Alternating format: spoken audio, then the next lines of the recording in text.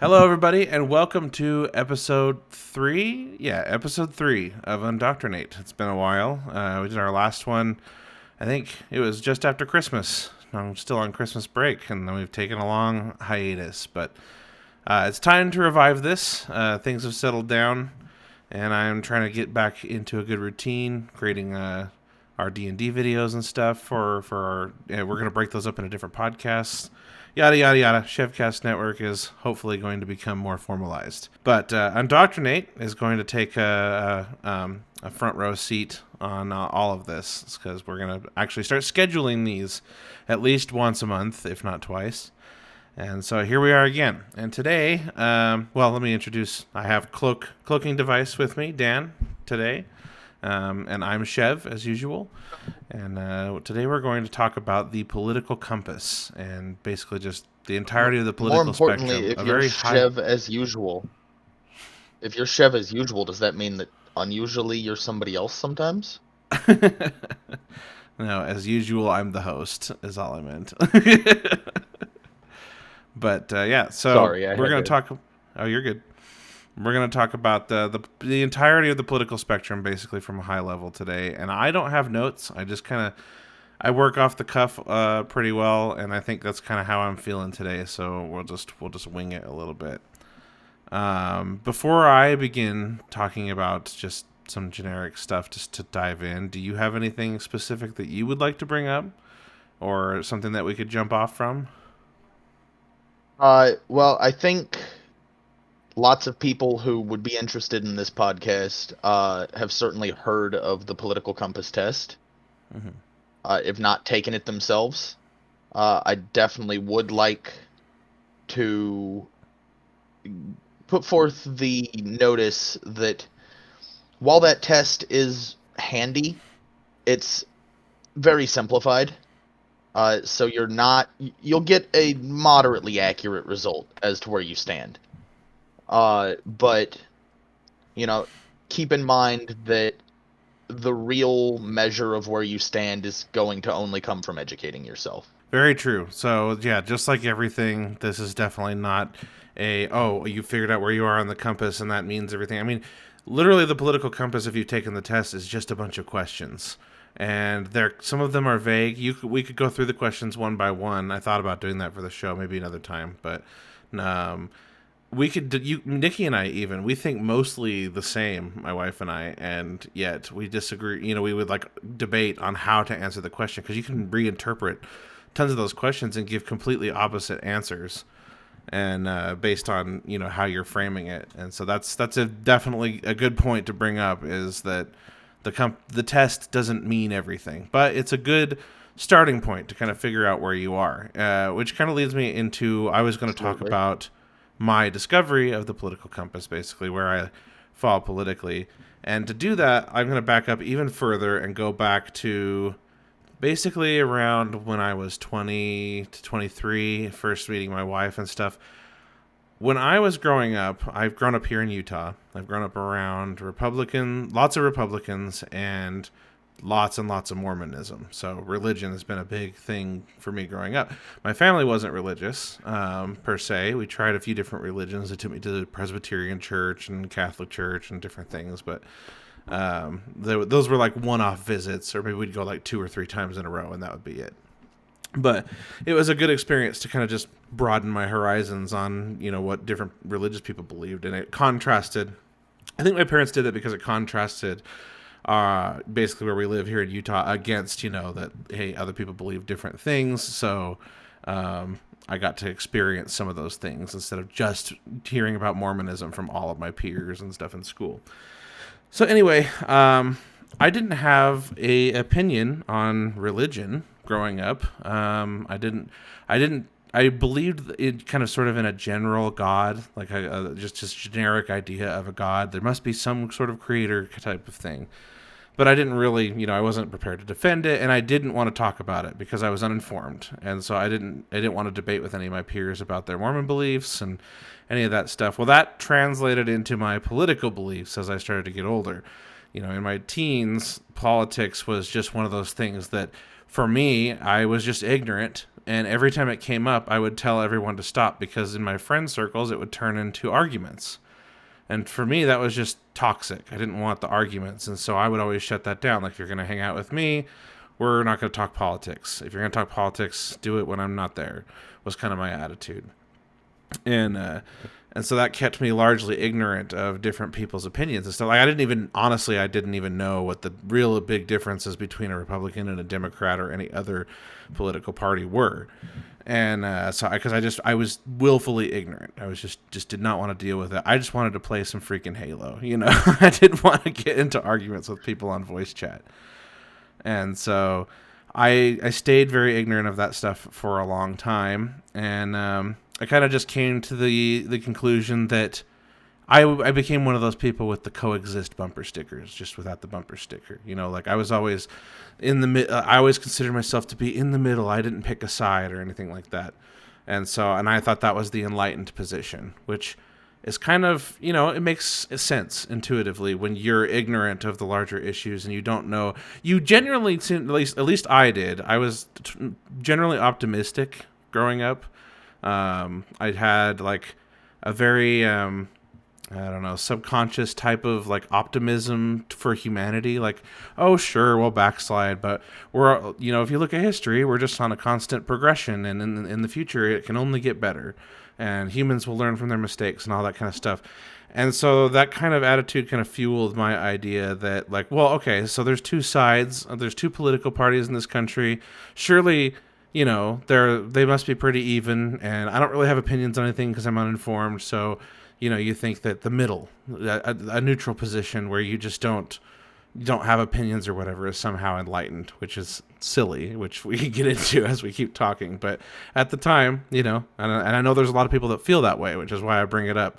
I know several people in my life right now who think that, you know, just staying out of those discussions and not learning about different things like that is a better, safer way, or a better way to stay happy and not pollute your mind with a bunch of toxic arguments and stuff that you don't really understand. It can be daunting to even think about diving into talking about politics when you don't know anything about it.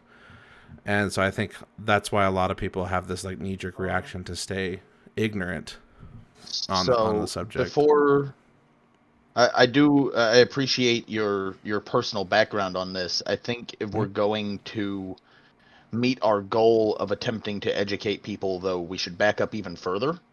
Oh, okay. And just not necessarily in your personal history, but just as far as, like you mentioned, the two political parties in the country. Mm-hmm. It lends itself to people thinking that politics is a left-right spectrum only. Mm-hmm. Right. Which is why I thought, oh, well, I'm in the middle. I'm not left or right. Right. And so you have to understand it rather than a left-right spectrum as both left and right and up and down. The up and down being authoritarian and libertarian. And don't lose yourself in the terminology libertarian. What we mean by that is not what our average United States listener would consider a libertarian. But, do keep in mind that when we're talking about this, we are talking about like an XY graph, not just a line. Yeah, and that's actually what I was trying to build up to, is getting to the compass. That was the realization I had, and it really solidified, you know, in recent years for me. I didn't know about the compass yet, but I realized that left and right in our country is to the right. It's all right shifted, and so within this country, within that two party system, you know, it seems like, oh, there's two sides and I'm in the middle, but really, we can get it. We'll get into the details. We'll define some terms here in a second. But really, the left and the right in the United States, anyway, are very right shifted. They're on the right side of the spectrum and up on that chart towards the authoritarian end of the y-axis there. And when we're doing some editing here for YouTube, I'll throw a picture of the political compass up there. But why don't we just go ahead and dive into defining some terms? So how about you make that distinction? What is American libertarianism versus actual libertarianism? We'll start there. Okay, so American libertarians, they would fall on the right, and then they do fall on the negative y-axis of our compass. But they also fall to the far right. What many of them describe themselves as, you'll find, is an anarcho-capitalist, which in itself is a bit of an oxymoron. But we can get into that later after we've defined more terms. Okay. Whereas the party of classical libertarianism actually finds itself to be to the left on the x-axis, so negative x, and then just slightly negative y, as opposed to far negative y and far positive x. Okay. Without a visual, it's going to be hard. So for the listeners, basically, American libertarianism is when you say anarcho. Let's actually dive into that now instead of jumping around. So when you say anarcho-capitalist, let's define anarcho first. What? Because Okay, I feel like when people so hear the word anarchy, that's another term that's going to be twisted in their head that based on is what they know. absolutely another term that's twisted. The media, of course, describes anarchy as chaos, Hmm. whereas even in American libertarianism, the term anarchy is more about taking a personal responsibility. And you'll find that a number of groups or ideologies, as the case may be, would begin with the term anarcho, describing themselves as incredibly far down on the y-axis, so they're super liberty minded as far as freedom from government. Right. But that does not mean chaos. For And instance, go oh, ahead. go ahead. Sorry, I didn't mean to interrupt. Go ahead. I was gonna say, for instance, in the case of our American libertarians, what they're looking for is, uh, it's what we would describe as capitalism run amok. They want Hmm. almost no regulations on business. The epitome of a free market. Basically, uh, that's another term that has been twisted, actually. The epitome of a free market as people understand it, yes, much Right. like the epitome of anarchy as people Basically, understand it their would be their idea of chaos. a free market means if you can become a monopoly, great, thumbs up. Whereas Right. we would want to prevent that. but yeah, so capitalism run amok, exactly like you said.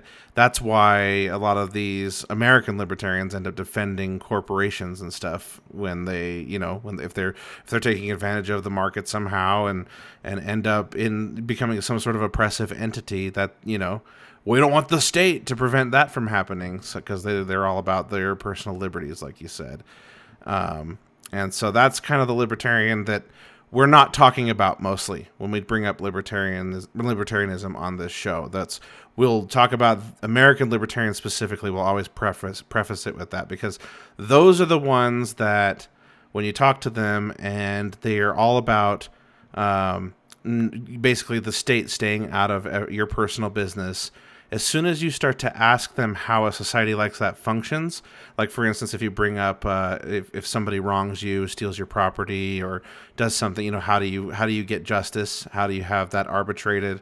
And as soon as they'll start bringing up, oh well, we would need a neutral party and all this, they'll start building a government right before your eyes. And so their whole ideology, it seems like it starts to fall apart. I don't want to speak for everyone, and obviously this is just a general experience I've had when talking to people who are American libertarians, but they start to build a government, and it just kind of, it just kind of highlights to me that they don't really know what they want, It's just like you said, it's just capitalism run amok. They're Now, just like kind of hyper capitalist.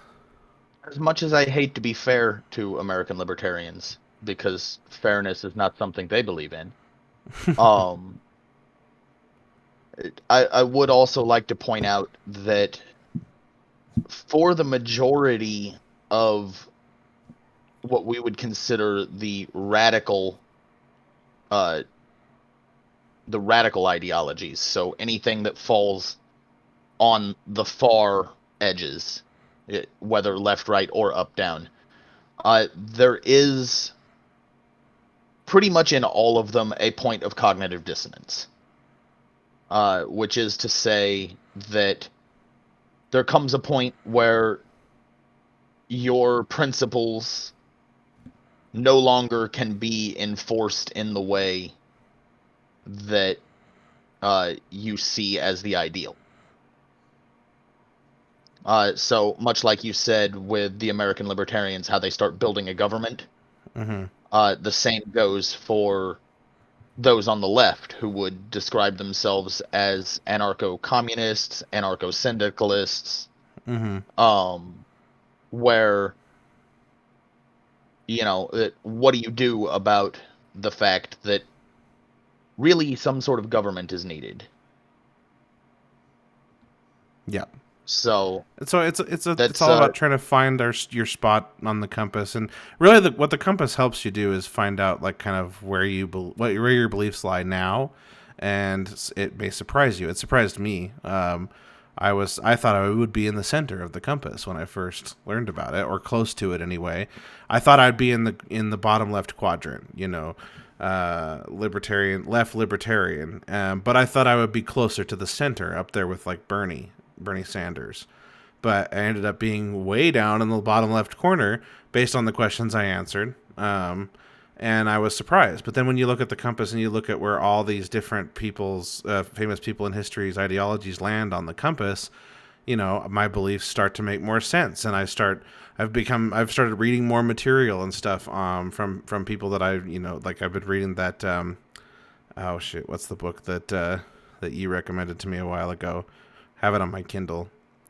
Anyway, uh, I've started reading some of that that stuff and realizing that everything I know about Marxism it's basically just been propaganda. the wow. Oh, so that would have been the one that I recommended. Would have probably been Das Kapital, Yes, that's the one. which is, of course, the uh, premier work by Marx. Right. Yeah, and I'm not done with it yet, but I don't necessarily. I'm not. I haven't gotten far enough to really speak on the book itself, but I just wanted to touch on the fact that most of what I thought I knew about, first of all, even communism, what I thought I knew about that was it's all been propaganda. It's all been scare tactic propaganda growing up, which is just kind of what we're spoon fed by the media and everything as we get older. Now, obviously, I recognize that extreme communism is also a bad thing. It sounds like a good idea on paper until it's into practice, and that's the authoritarian, type of communism that when everyone brings up Stalin. Yeah, that's one reason that the propaganda has gone so far. Also, is of course all of the quote unquote successful communisms, Hmm. which is to say the ones that were at least able to establish themselves and run a country for a time, were well. I posted something about this earlier, actually, going down the chain of the original book with Marx and I believe that was Kropotkin, and then his book would have been The Conquest of Bread. By the way, if you're looking for something after. Sure, yeah, I definitely want to He consume also more. he also has other books, of course, but that would be if we're just going with the premier work of. But And then you reach Lenin, and you get okay. This is the movie adaptation of the book. gotcha. You move on, you get Stalin, which is the sequel to the movie, Hmm. and then you start and And then you get to Mao, Chinese communism, which was the extremely strange spin-off, like spin-off TV series of the movies. So, And all of them, you can correct me if I'm wrong, because I'm definitely out of my depth a little bit on these topics, but all of them are authoritarian, right? The ones that have established themselves. yeah, so every single one that's established itself as far as what the average person would know as a communist nation. Right. Now, that being said, and they wouldn't call themselves this because the term didn't exist in their languages or etc.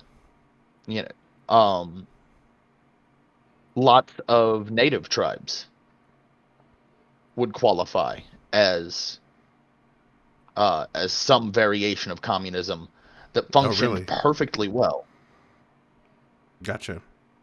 Well, and that's the Things important thing like I think to bring up is the idea of communism and socialism. All this stuff is basically just we want to try to create a rising tide that raises all ships, that benefits everyone, that no one person can become obscenely rich and everything is off balance. And there's while someone starving while someone else is driving their golden yacht on the ocean. That's where something's wrong in the world, right? And so we want to right, institute socialist policies in order to bring that back a bit. Where you fall on that spectrum is kind of where, at least in my circles, you and I and stuff, I think is where we differ slightly on things. But we all agree, I feel like, at least most everyone I know, except probably maybe my dad, agree that like Jeff Bezos' obscene wealth is a detriment to society, while minimum wage Amazon warehouse workers, can barely afford to pay their extremely overpriced rent.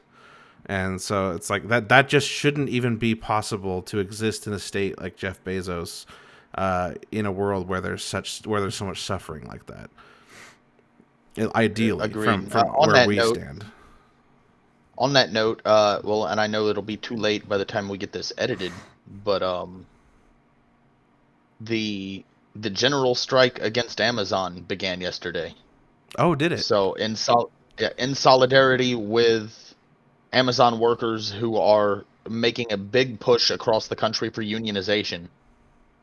Uh, if you can keep from it from the 7th of March until the 14th of March, just 1 week, uh, trying to get as many people as possible to not order from Amazon for a week.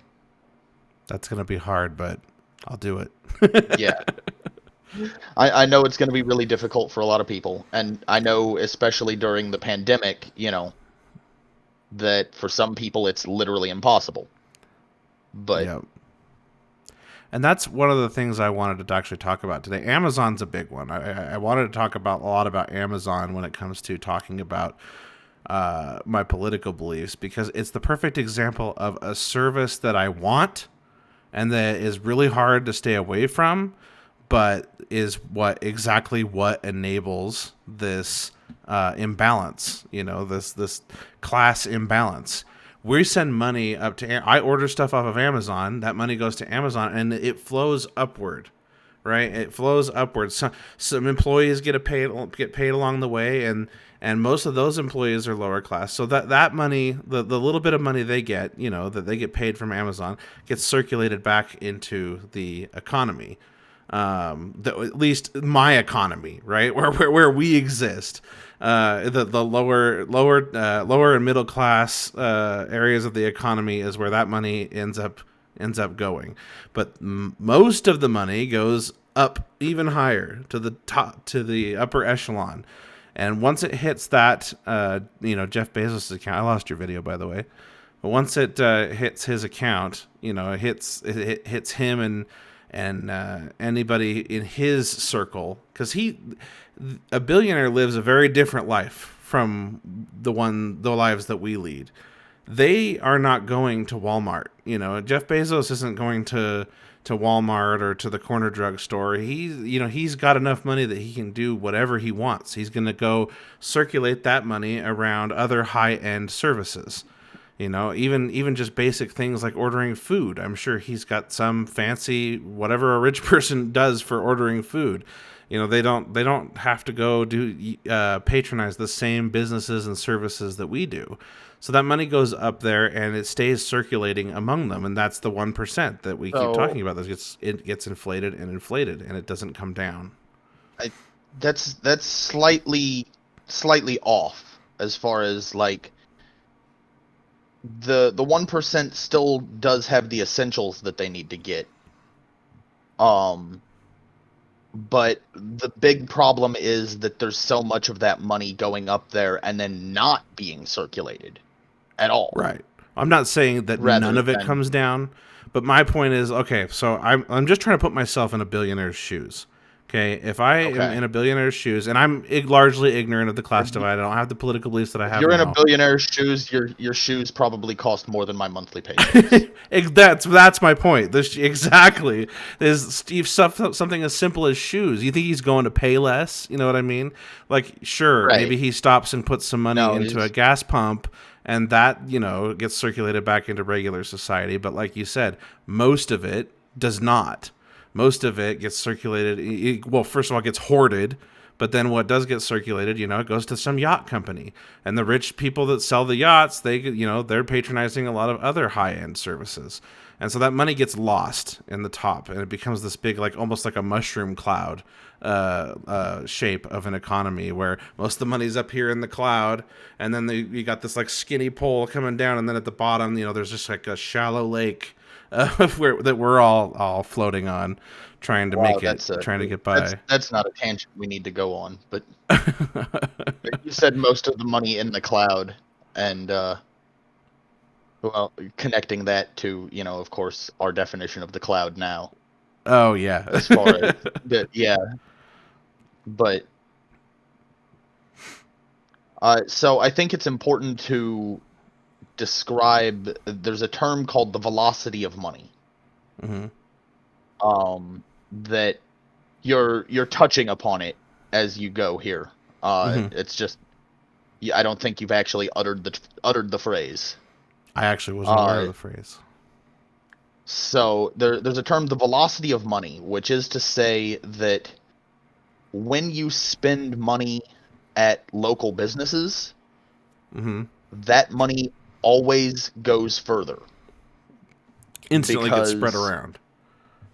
right, well, because so say you've got a local grocer hmm and you spend $50 there, and say even an obscene amount of that, let's say $40 is profit that goes into the paychecks of the people working there, hmm then that $40 gets spent somewhere. hmm If they all spend it locally, pretty soon your $50 actually generates hundreds of dollars worth of economic activity. Makes sense. Meanwhile, like you said, when it's not circulated locally, or when it's circulated into high-end goods and hoarded, that $1 billion generates $1 billion, or less than $1 billion actually, of hmm economic activity. So we actually wind up crippling our economy by having billionaires Yeah. Yep. versus Exactly. And so I wanted to go on this tangent of talking about, the flow of money and the 1% versus the 99% and all that, just to kind of show where we fall on the compass. Because what this is what propaganda gets us in this country. Because I've noticed, and I don't want to speak for people or put words in their mouth. So obviously, any of you listeners, if I'm talking to you directly, I would ask you what you believe, and we would talk about that. So I'm going to generalize, and I apologize if I end up painting a lot of people with a broad brush. But when I speak to a lot of Republicans, they think that the left just wants things for free, that they want handouts, that they don't want to work hard.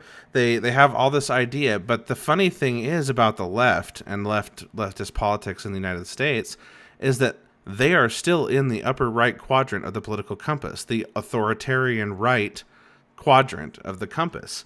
And there, it's like the left is if my little camera square here is the top right quadrant, then Democrats are like right here. Actually, I think my camera's reversed, so they'd be like right here, and then the Republicans are right here, and it's just like in this one square.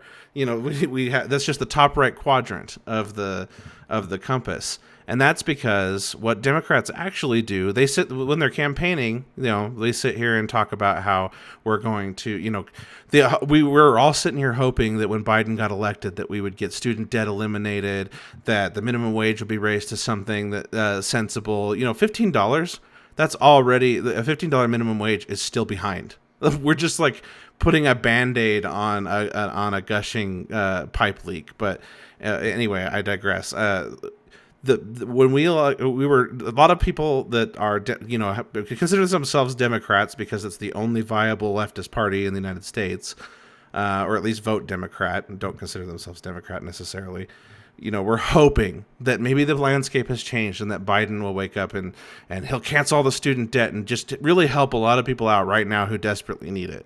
But no, that's not happened so far. I mean, maybe something like that still could, but so far we're getting what pretty much most people expected, and status quo Joe is, still going to suck up to corporations. When Obama was president, we bailed out corporations, but we never bail out people as quickly as we bail out corporations.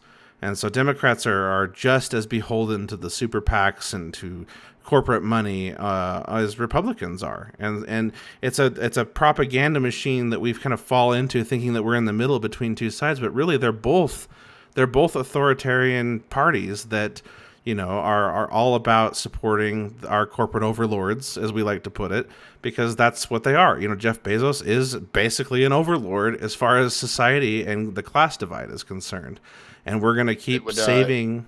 Go ahead. He would fall under the term robber baron. Elaborate.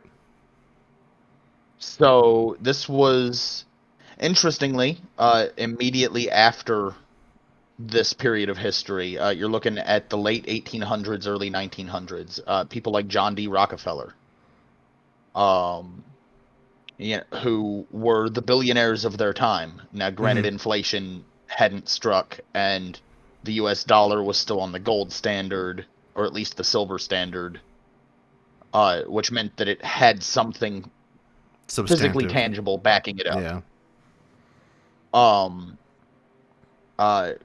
And so they were referred to as robber barons, because they were effectively royalty, but they got there by effectively taking from the common man.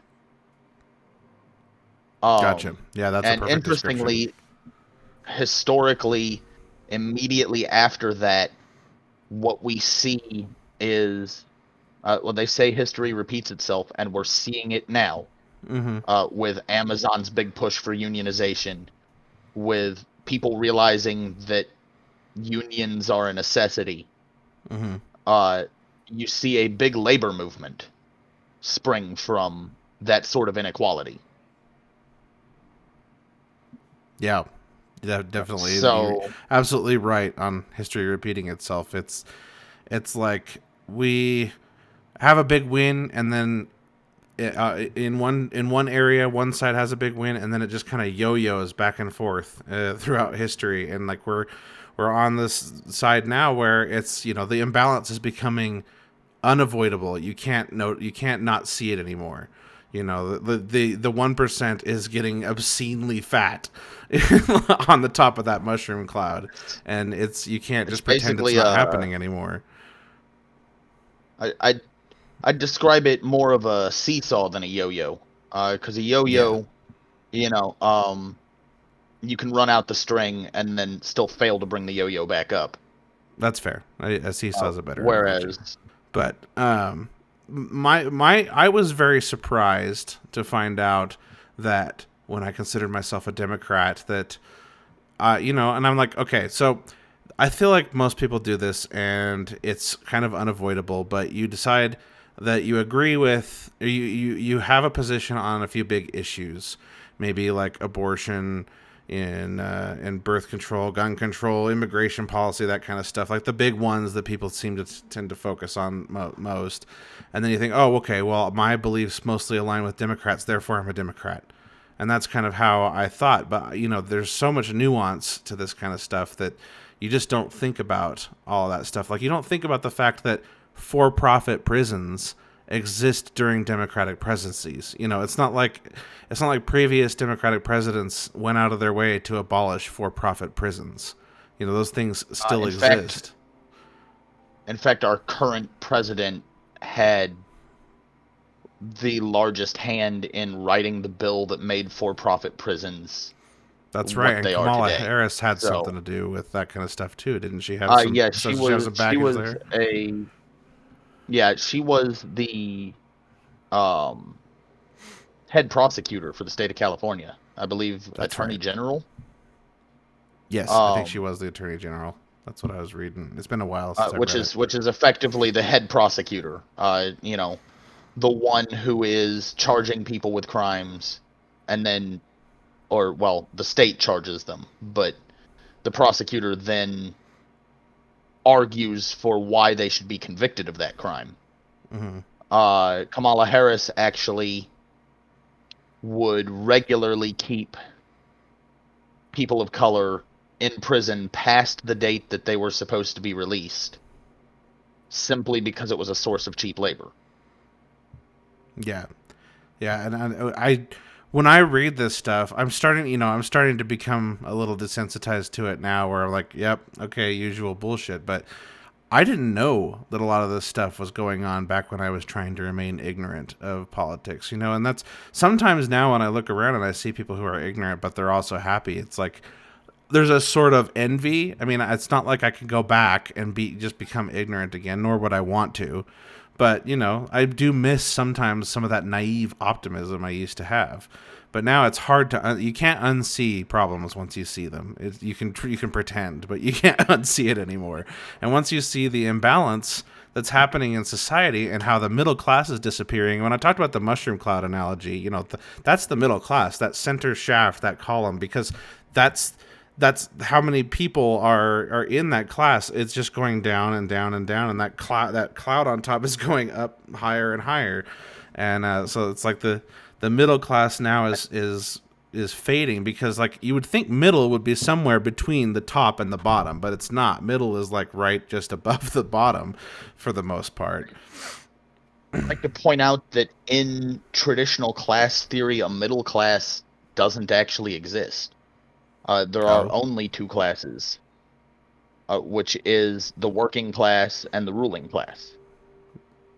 Okay. What middle class, as we understand it, actually describes is working class individuals who are paid enough money to survive and thrive. Yeah, that's a good point. So we did have that for a long time, the 1950s, 1960s, your high school diploma sent you to a job that could then support a family of four. Well, this is my experience growing up. My dad was just the manager of a grocery store here in Orem, Utah. That's all he did was manage a single Smith's Food and Drug grocery store. And I don't know how much money he made. It's not like he ever sat down and told me the number, but we had a boat, a camper, a decent like 3 or 4 bedroom house. We would go on trips to Disneyland once or twice a year. Like, we lived a pretty comfortable lifestyle growing up in my family, and my dad did nothing but manage a grocery store.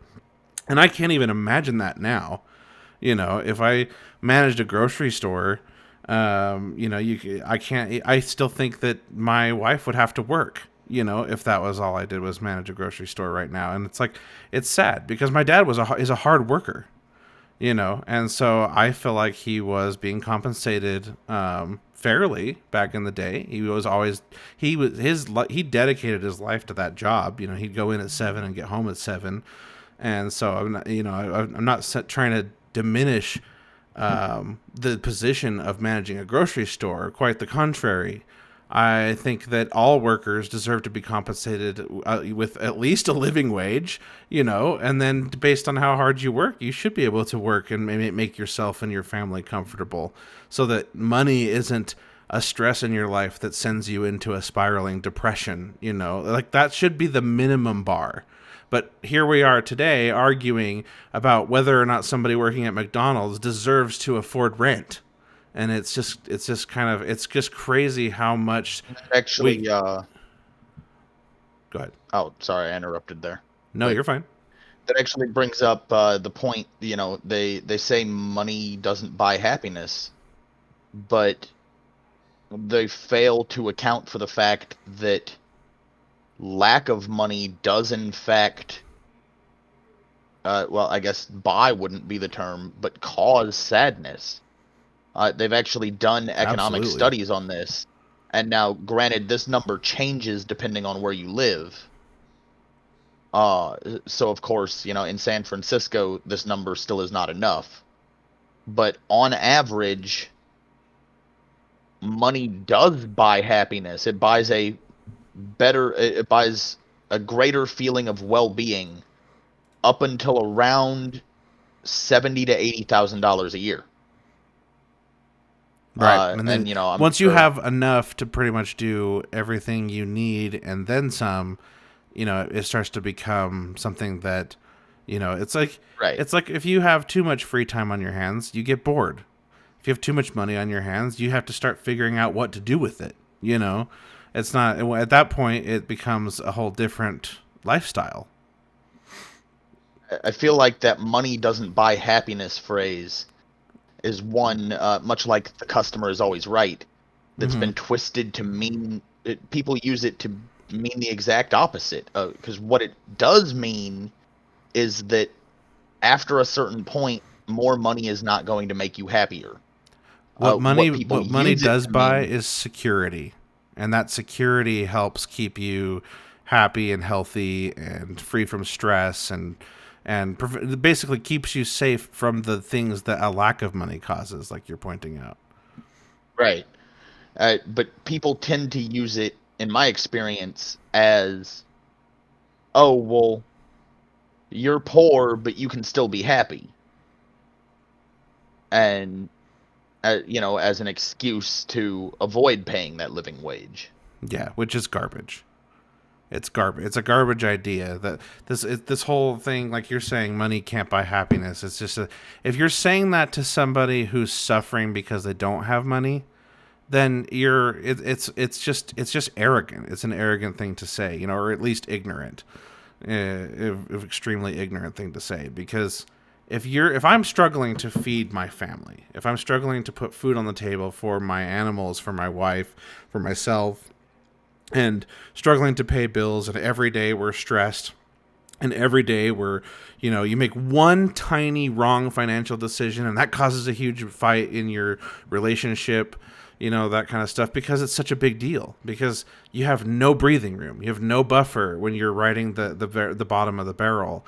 If I'm in that situation and then someone comes and tells me money can't buy happiness, it's just going to make me upset because money could absolutely buy the security that I would like to have in my life. That if somebody gets sick or gets in an accident, or, or the water heater breaks down, that you're safe from some of those regular things happening in life.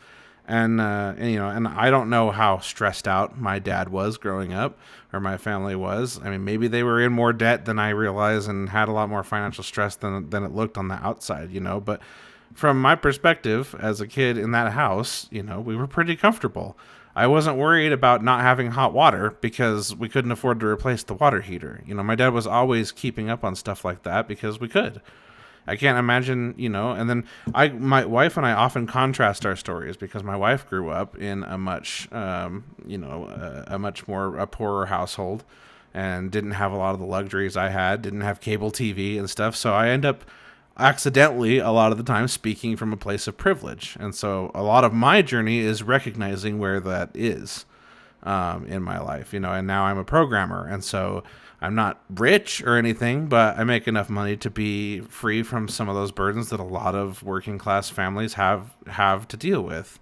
And so I try very hard to be as objective as I can, but everyone's got their bias, and that's why I like this show, is I can get other people's perspectives. I can talk to you and get your perspective. You've enlightened me a lot within the last 6 months. In fact, you really are the one that's introduced me to the political compass and helped me figure out where I fall on it, and been able I to remember. visualize my beliefs in a much more tangible way than I ever have before. I remember a pretty good discussion we definitely got a little more heated than I would have liked, I think, but we also didn't know each other as well at the time. But a discussion that we had over the past summer that, just it seemed like you came out of it much more ready to dig deep into your beliefs. I can't remember the specifics of the conversation, but I know that, I spent some time breaking down my ideology for you as far I remember as, that. I don't remember it getting heated. Maybe it did, but I well, enjoyed. maybe not heated. I definitely got maybe more animated and did more high volume speaking than I would have liked to do. Well, maybe my But ignorance annoyed you, which I wouldn't blame you for.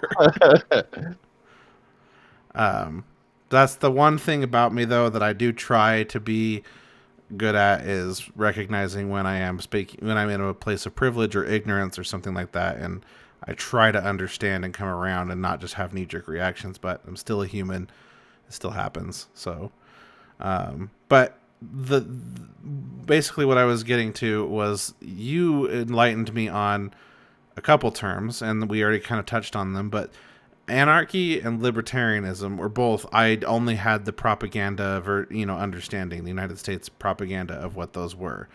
And so as soon as you said you were an anarcho-communist, I instantly had this impression of you that I was like, okay, well, you seem like a reasonable person to me since we've been talking, and that sounds ridiculous, so please explain. And that right. was good to hear that it wasn't what I thought, because I just had a really bad understanding of what And those terms even meant. so for the listeners, I'll do a quick one Okay, go ahead. on anarcho-communism.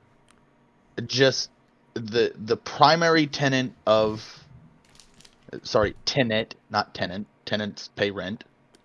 The primary tenet of anarcho-communism is best broken down as two words: community care. You actually give a hoot about your neighbor and do what you can to make their life more comfortable, and vice versa.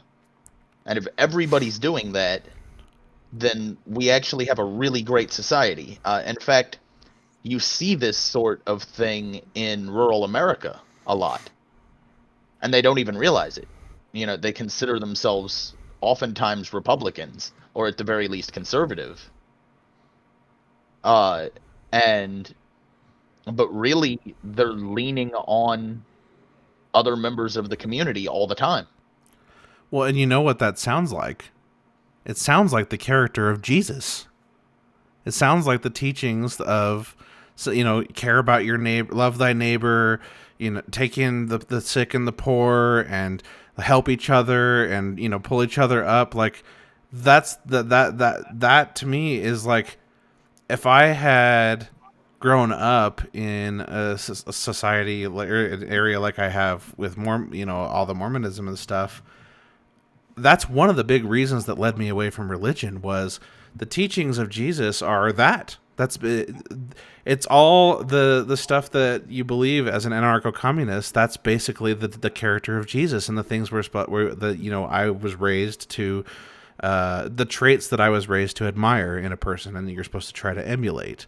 My parents didn't have any specific religious beliefs, but they had a generic Christian ideology, and that was kind of how they raised me to to think. And then when I learn about conservative politics and stuff like that, and like, oh, we need to keep immigrants out and stuff, that it always rubbed me the wrong way that doesn't jive with the character of that their entire religious moral system is supposedly centered around.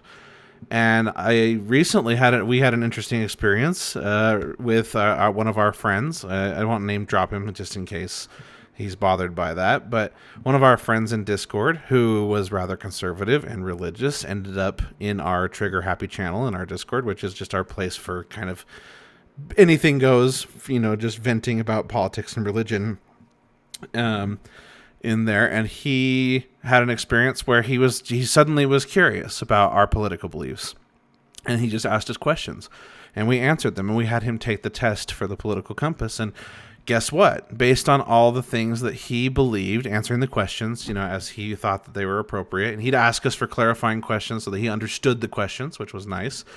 He came out in the bottom left quadrant. He was probably around where AOC or Bernie are in that square. And he was surprised, and he thought that he was a conservative for the longest time. And then even thinking that he was like a centrist between a Democrat and a Republican. I think that's how that conversation started. That's how that started. Yeah. And then it got very incensed when I pointed out that in today's political state, if you are between a Democrat and Republican, that still makes you either fascist or borderline fascist. Right. It's honestly, there's a certain point of view, and this is gonna great umbrage to that, but it worked out for the best. We were able to educate someone, so yes. Yeah, it was good, but just to your point that you were saying that this happens in the rural areas of the United States, that's kind of, I think, the perfect example is if they sit down and they chart what they believe on individual moral issues and then see where they end up on that political landscape, they're going to be surprised that it doesn't line up with the propaganda they're fed. And that's exactly what happened. He was surprised that he didn't fall anywhere near where he thought he would, based on where U.S. politics always are. And I was going to point out a minute ago, there's a certain perverse... the one thing I can't stand about Democrats in the United States is that it's kind of like talking out of both sides of your mouth. Like they're the only part. Everyone on the left, on the entire left side of the compass, has to get behind a Democrat in order to get remotely close to what they want out of politics in the United States. Otherwise, it's a Republican. Those are the only two choices. Obviously, there's we could talk for days on how that should change and how, any way we could go about it or whatever. But that's the way it is. And especially when we're trying to get rid of Trump, we had to choose Biden, which is just like choosing between, when we say choosing between one hell and a worse hell, we don't mean that you shouldn't choose at all, or that you shouldn't vote or shouldn't do anything, that it's all futile, like a lot of people do when they're like, oh, well, you have to choose between worse and worser, and that's their excuse for not voting.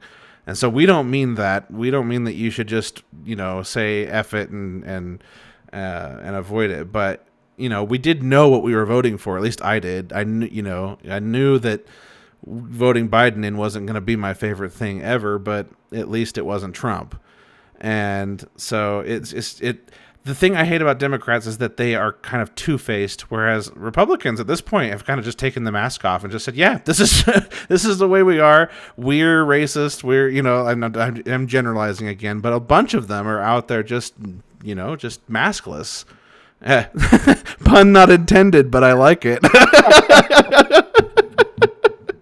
Whereas the Democrats are out here pretending like that they care about the working class when they don't, and so that's actually the mask situation. Now that you bring it up, is a perfect example of community care that I brought up. As far as the mask doesn't protect you, truly, it's for the protection of your neighbor. Right. And so, yeah, you wearing a mask doesn't prevent you from getting sick, but if everybody wears a mask, then this maybe is over already. Yeah. Yep. Yeah, that's the only problem I have with the seatbelt analogy. I like the seatbelt analogy when you're talking about, well, seatbelts don't always prevent harm for you when you're in a car accident, but seatbelts are for you. They're not for everybody else, and that's where, and like you said, masks are definitely they're for you to a certain extent, but they're mostly for everybody else. Because Right. if It's I like I sneeze in think your it's like face and you're wearing a mask, it's going to land on your eyeballs. There's probably a good chance some of it's going to get through the mask and get to you if I'm sneezing a foot away from you, right onto your face. But if you sneeze from behind the mask, a few molecules probably get through the mask, but for the most part, that's it. Whereas I've just now covered you and your face and your ears and everything in sneeze, and also it's going to linger in the air for the person walking behind you too. Like I got sick a couple times during the pandemic, despite the fact that I wear a mask every time I go to the grocery store and stuff. But I'm sure, like we said, if I walk through someone's sneeze cloud, it lands on my eyeballs. Well, I'm getting sick. There's not much I can do about that. All I could do is kind of just wish that the person who was sick wore a mask, so that they didn't leave behind the sneeze cloud in the first place. And that's all we're asking people to do, as far as the mask issue goes. But yeah, it's about your community. It's about helping your community. That's how the same thing with vaccinations. The vaccine, not getting the vaccine, you might think is just a personal choice for you, but it affects people around you. You decrease herd immunity. If I don't get vaccinated and my wife doesn't get vaccinated and I get sick even without symptoms and I give it to her and then she goes and gets it to her family, we've now had an attack vector. It's gone from me to her family, to her elderly parents or whoever. And that could have been prevented by me getting a vaccine because I'm one of the dots on that attack vector. And if I didn't bring it into this house, then my anti-masker wife wouldn't take it to her family, that kind of thing. My wife's not an anti-masker, just in the hypothetical. And so, but we're both going to get vaccinated. I already got my first dose. I'm getting my second one on the 29th. And, hopefully Nikki will be right behind me. And so we will stop being vectors, even if I was like my grandma. Hold up. A little bit of misinformation there. People who are vaccinated can still spread it. That's why you should still wear a mask in public, despite what the CDC came out and said today. That's a good clarification. Well, and we just don't know. And that either. is actually something. Well, we don't know entirely, for one, but that's actually something that I discussed with Micah, who was on our last episode, our COVID special, specifically here as our expert. Basically. Yeah, and I wasn't pointing out we don't necessarily know as an argument for why I'm right. I'm pointing out that it's an argument for why you're right. That we should still take precautions in the face of ignorance. So because if continuing to wear my mask doesn't cost me anything, which I was already planning to do anyway, just because I like the fact that I'd get way less colds when I wear a mask, just in general. It might become a part of my life, honestly. It's not a big inconvenience for me to wear the mask, and it prevents me from getting stupid colds and stuff like that, or at least helps prevent. And I don't spread it, that kind of thing. But anyway, to your point, that whether we know or don't know, we still should take the extra precaution. And so that was a good thing to point out. Because, yeah, I'm definitely still planning to wear my mask when I go out. For sure. But anyway, we kind of got tangented off onto that. Yeah, we went somewhere else there for a second. But it's because we started talking about, doing things for your community. And that's the core of where our political beliefs lie. And honestly, I think if you test most people, that's the core of where most people's political beliefs lie. They just eat up propaganda and they don't realize it. Like, I feel like our friend, had no idea that that's where he lied. He doesn't. It's not like he ever thought that he was an authoritarian right-wing person who believes that immigrants should be treated poorly or something. He didn't actually think those things. He just thought that that's what he thinks of himself as a good person, you know, who believes in helping people and believes in he's religious Christian, so he believes in Christian, what he considers to be good Christian morals and all that stuff. He was just surprised that when he exercises that morality on questions on this test, that he landed somewhere on the compass on the landscape that he didn't expect. And I think that's the biggest thing is, the propaganda machine, and especially a lot of religious indoctrination, leads people in this country to think that they're one thing when they're not. They think that they are scared of immigrants, but really, if somebody needed help and knocked on their door, you know, a lot of them would probably give it. They would probably help somebody who was in dire need if it became a personal thing that they were experiencing. But when it's just Fox News talking about it and it's a bullet point on one of their shitty slides, you know, that then it's not personal anymore. And it's funny because here in Utah, Mormons, you know, they help each other all the time. They're all about that, as long as you're Mormon, of course. But they're all about let's exercise socialist policies. Let's pay a tithing. Let's pool our resources together and send money to this church so the church can help us out with our little food banks. I forget what they call it, the Bishop's Storehouse or something like that. You know, and we can help give people money when they can't make rent. And they do all that. I'll give them credit. They help their community. You just have to be Mormon. If you're not Mormon, then fuck off. And that's I think where a lot of it breaks down for people is that you know, they feel like they don't need to help people they don't know or don't have something in common with. And you know, just being a citizen of the United States isn't enough for them. Exactly. You know, as far as something in common. And so we wind up with, you know, insular community helping, such as the example you gave, where an individual, you know, it might be an entire religion, or it may just even be an individual congregation that gets together and, will help members there. Yeah, and to bring back my point earlier, this is exactly what surprises me about, you know, every time I ask what would Jesus do, he gives a different answer than most Republicans do.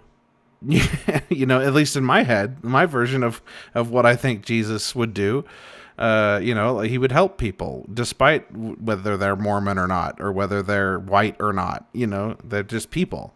And it bothers me, especially living in Utah and surrounded by Mormon ideology, when they're talking about anyone can be saved. Anyone, and they send missionaries all over the world. So clearly they don't care what skin color you are, ultimately, as long as you come be a Mormon and in their church. And then they do all sorts of things that they clearly do care about skin color. You know, it's a lot of the things they make, like supporting Trump's ban on what was it? Was it Muslim ban when they're coming into the country? Right. That whole thing. And it's like, even like legitimate citizens were having a hard time getting back in the country. It's just like, how can you support these things, but then also simultaneously be out of your country preaching your gospel and trying to convert people to your religion? Yet when they come over here, you know, you want to block them out or steal their children or whatever. And it just, people are people. And just because you have a massive cultural difference or something doesn't mean that they're not also just trying to take care of themselves and their families and live happy lives. The short lives we have, you know, most of us don't even get to live a full century. We're not here very long.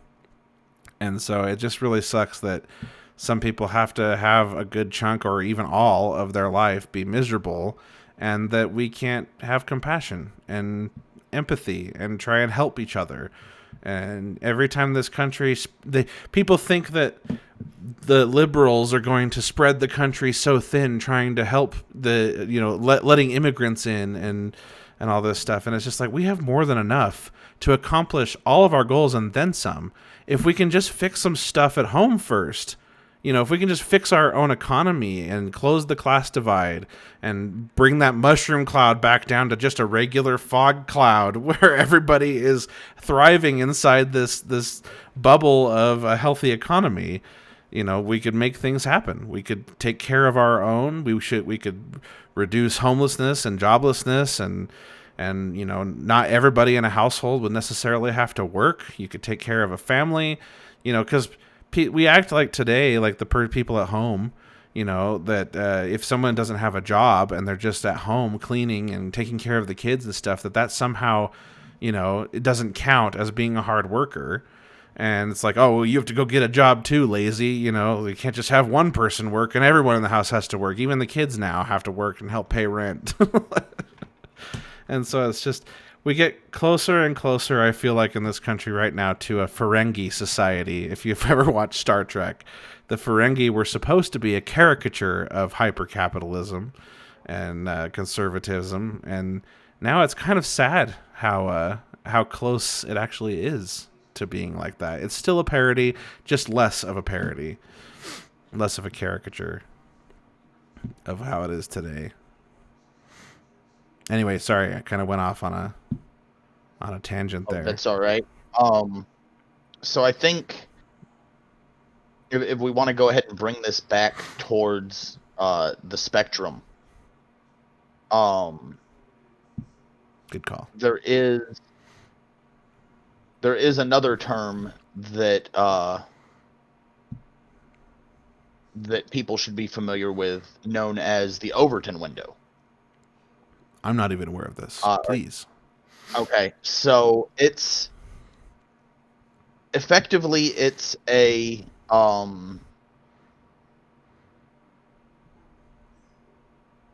a comparison oriented on the vertical axis.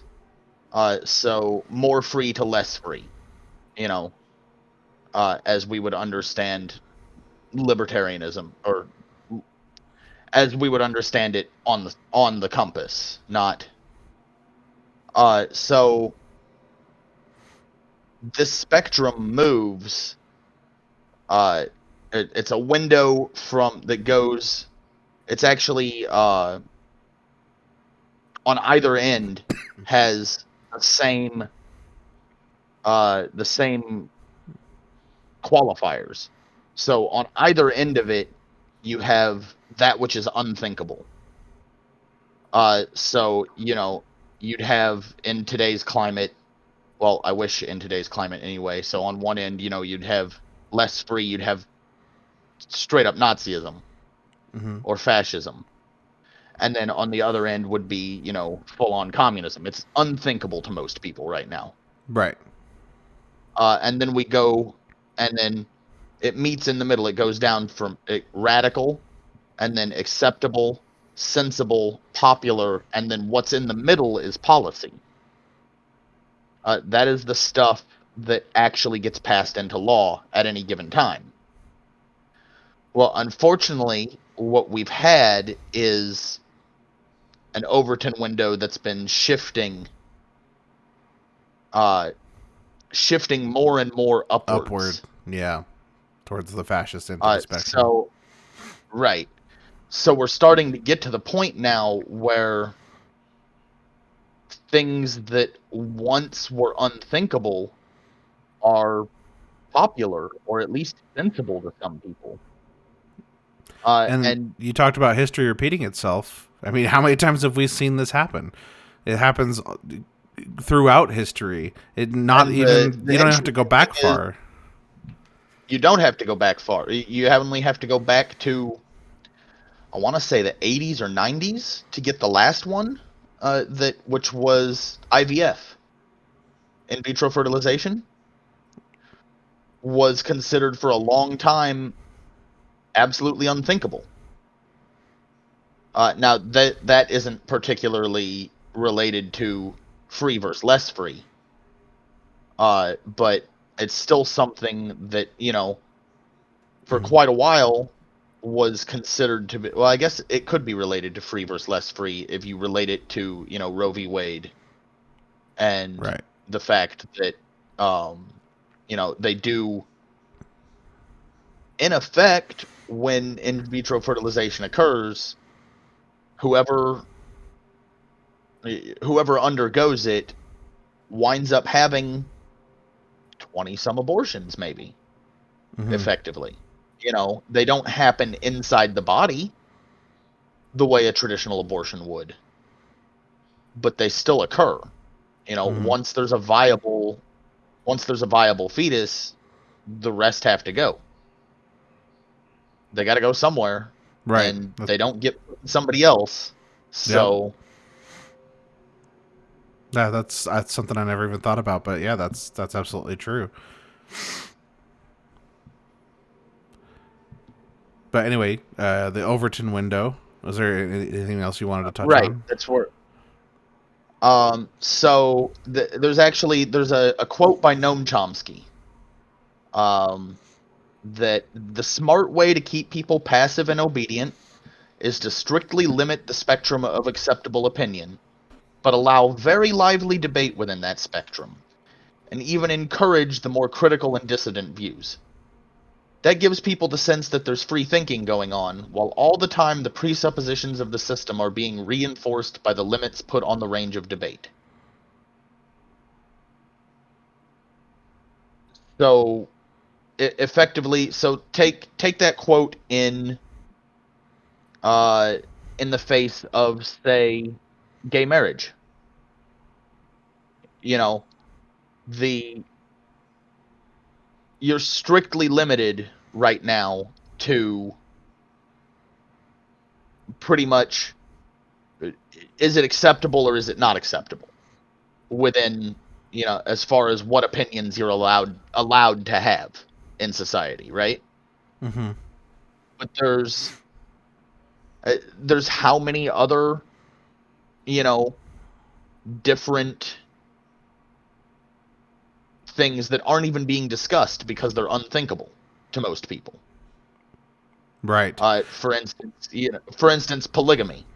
If we want to draw this back to the Mormon comparisons, that's something that to the average person is unthinkable, but with, at least as I understand it, with the whole sister wives kind of thing, is strongly related to gay marriage. If there's legitimate informed consent going on, and no one's being coerced and no one's being taken advantage of or manipulated, sure.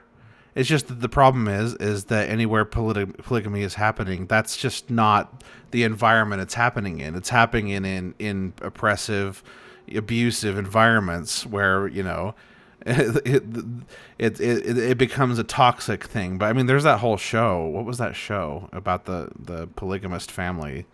Nikki used to watch some of that. Anyway, I forget what it's called, but yeah, you're right. It's something that's knee-jerk unthinkable. But if you really think about it and you try to try to define actually what's wrong with it, you can only find that what's wrong with it is basically the environment. Weird. Yeah, well, and the environments that it's born in have other problems that cause it to be a toxic thing that aren't related to that relationship. Yeah, they aren't directly related to it. Polygamy usually is a side effect of, or at least tainted by whatever else is going on in that environment. They're usually in closed, siloed, religious communities, that kind of stuff, and so it's just a cesspool, just full of toxicity that's being imposed, and that relationship dynamic is often imposed basically through ideology and stuff, instead of just, hey, we all really like each other and this is the dynamic we've chosen to consent to. It's the same thing with polyamory. When we condemn in polyamorous communities, they condemn unicorn hunting, and unicorn hunting is basically like two people looking for a third person, usually some sort of a couple looking for another woman or something. And the problem there isn't that if you can find a third person who is in all three people are open and consenting and fully informed and understand the situation, then I don't see a problem with a relationship like that. The problem is that in order to get to that point, you have to engage in toxic behavior. A lot of people do engage in toxic behavior, I should say. It's not organic. They're looking to find somebody that they can just use, that they take advantage of, that they end up just kicking to the curb later when the couple has marital problems or something, and so the unicorn, the third person ends up becoming the third wheel. Their feelings become secondary, and so there's a lot of toxic traits about that relationship dynamic and the act of trying to find that person that aren't necessarily related to being in a triad or whatever, being three people being together. Like if they're consenting, then I can't find a problem with it. But like you said, it's another thing that's just unthinkable. Never mind the fact that polyamory in general is another thing that's also just in society unthinkable to a lot of people.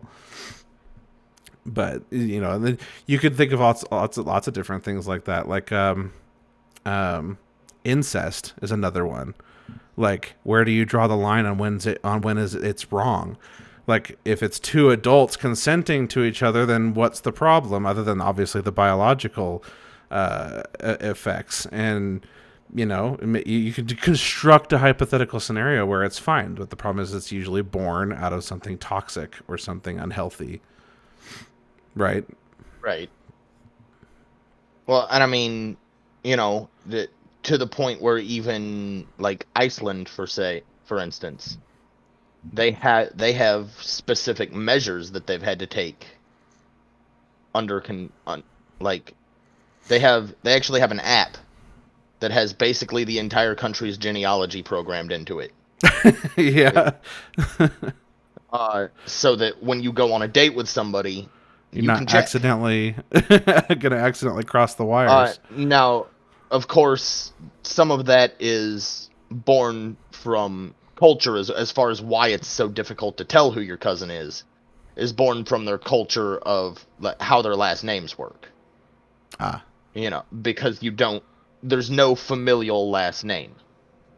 Gotcha. The way we understand it. So like how you have, you have the same last name as your father, who had the same last name as his father before him. At least back a number of generations. Mm-hmm.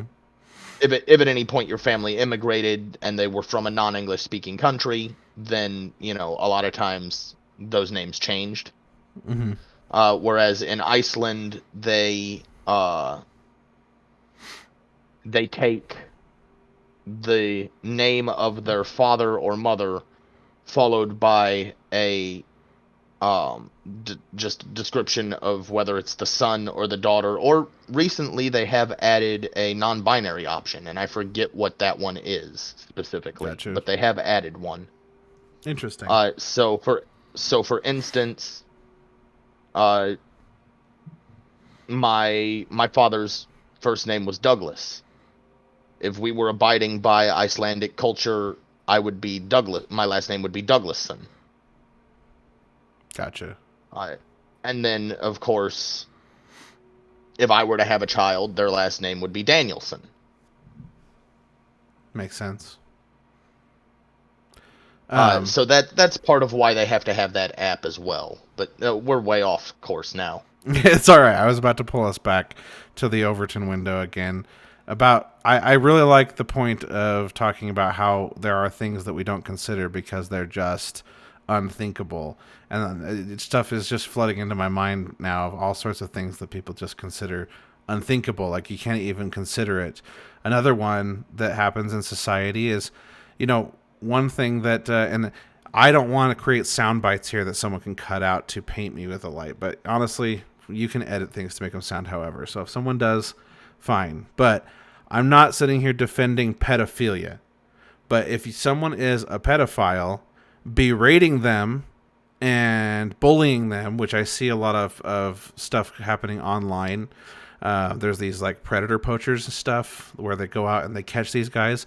And I think a lot of the time they're helping a community because they're actively they're setting up a date with someone who's obviously underage, and they intercept them and catch them. It's basically like what was that Dateline NBC thing?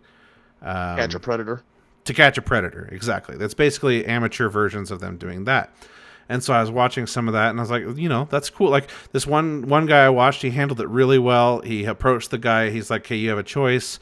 I can turn all of this stuff, the chat records and everything, over to the police and let them deal with you, or you can call your mom or someone close to you and explain to them what you were about to do tonight," which I felt like was a good way to make sure that they got help, because now someone close to them knows about it. They can't hide it anymore.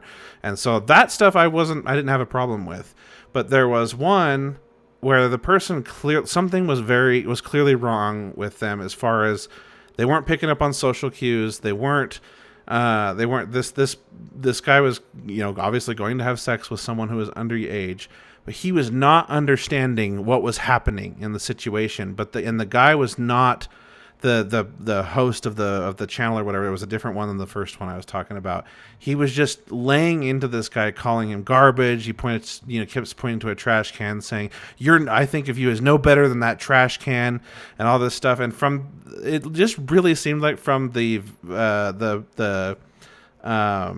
perpetrator's perspective, that he was just being berated and couldn't quite understand why.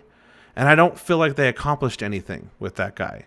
And I felt like it was just sad. It was just really sad, because I feel like there's no resources for those people to get help. That guy was just kind of, not getting it, and I don't think he was going to stop. And so it's just like, I feel like we can't even stop and think for a second about what kind of resources can we offer to people? How can we study something, even a serial killer? Shouldn't we still stop and try to study them? Even if we can't fix that individual, at least we could learn something from each one. At least we could try to make something better out of a situation. Try to rehabilitate, even if we're pretty sure that we can't. You know what I mean? It's better than just locking them up and forgetting about it and putting them in the dark and then, well, hush, hush, we don't talk about that part of society. There's tons of options that open up when you stop thinking, "Oh, that's just an unthinkable thing. We can't just help a pedophile. What do you mean?" And it's like, okay, but somebody who has an attraction to kids but never acts on it, are they a bad person? Or are they just a victim of their biology, and they have something they have to struggle with all the time? I can't even imagine if I was attracted to underage kids, like I would just feel like I existed in a state of at war with myself. I get where you're coming from, because we make the argument all the time that attraction isn't something you choose. Yeah. And there's some scientists that Nikki and I were listening to, or Nikki was. If you're defending gay marriage in any way, shape, or form, you're pretty much accepting that attraction isn't something you choose. Exactly. And that's not to say that you are excusing them when they offend. Right. If they offend, that's a different problem. It's a whole different thing. They have to be removed from society. Whether it's their fault or not, it doesn't matter, because they are now a problem in society, and they are victimizing children. And so that's not a good thing, right. Obviously. And so I want to make that clear. And this is the problem I have when we talk about subjects like this, is people will take this as me defending acts of pedophilia.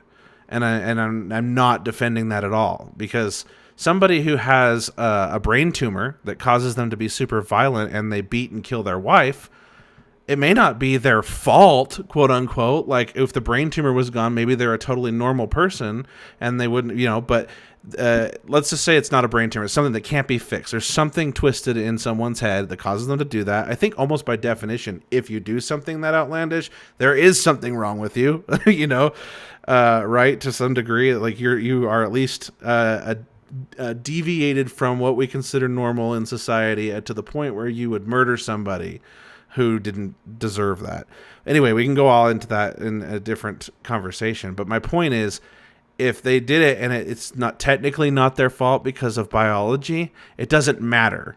They still have to be removed from society. But what we do with them after that is something that we could maybe open more options on if we were to stop as a society, would stop with the eye for an eye thing, stop with the, trying to make the justice system a revenge system, and instead actually try to make it a rehabilitation system. We call it that, but that's not really what it is most of the time. Like if we actually try to rehabilitate people, and like I said, even a serial killer, obviously, are we ever going to let them out? No, probably not. Not unless we could specifically scan their brain in sickbay or something on a Star Trek ship and say, "Oh, hey, look, the medulla oblong, whatever, some component of their brain is totally disconnected." This is totally a Voyager episode, by the way. Anyway, he's like a criminal, and there's a portion of his brain that's like totally detached from the rest, and they save his life because he got injured. And these little nanorobots, they not only save his life, but they reconnect that part of his brain. Well, and all of a sudden, he feels guilt and empathy that he didn't feel before. And he's all of a sudden picturing his victims, and he feels awful. And by all, philosophical definitions, he's essentially a different person. His whole personality changed with that one change. And, imagine if we could advance science enough to be able to do that. Imagine if we could advance psychology enough to be able to do that, or at least something even close to that, even if it required years of therapy or something. If you could definitively say, oh, yes, we recognize this problem now. We have all this data, and here's some things we can try, or here's what we can do to fix it. We might actually be able to rehabilitate some people that we didn't think we could before. But because of certain offenses being unthinkable, like we can't even discuss them because it becomes like, oh, you're defending a pedophile, or oh, you're defending a serial killer. And it's like, no, you're twisting the conversation. That's not what we're trying to do. We're just trying to grow defending as a society. That something is wrong with them. Yeah, exactly. It's the same concept. We're absolutely saying something is wrong with them. Yes. But what we're not saying is that something wrong with them is necessarily unfixable. Yeah. And that's another reason why death penalty seems like, I mean, if we could absolutely determine that there's nothing we could do for them, on the death penalty. Yeah. But if we could absolutely determine that this person is broken, there's nothing we can do for them, and their life in prison is just awful, and there's just no reason to keep this person around, sure, but you can't ever get to that point. You can't get to the point where you're definitively sure that someone should be better off dead. I think when it comes to those sorts of where, yes, there are people who just need to be removed from society, that we should be taking cues more from the Nordic countries. I don't know if you've seen images of their prisons. I haven't. But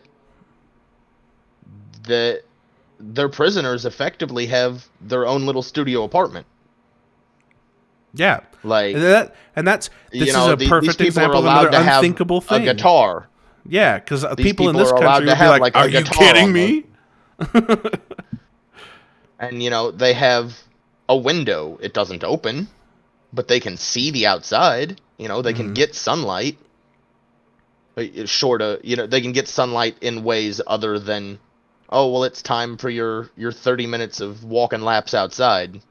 Yeah, and the point of a justice system, the point of getting people removed from society is to remove them from society, remove the problem, right? I'm not denying that they hurt people. If they murdered my wife or someone I loved, obviously I would hate them, and I would want probably revenge on that person.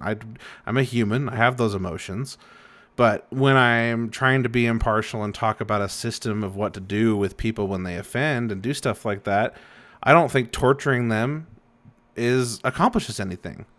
It's like all it does is give you a sort of catharsis that, yeah, they're suffering. And it's like, okay, like, why can't they're removed from society and they're put somewhere, and it's like, why does it matter if they have a couch? You know what I mean? Like if they're even remotely comfortable, people here would like lose their mind.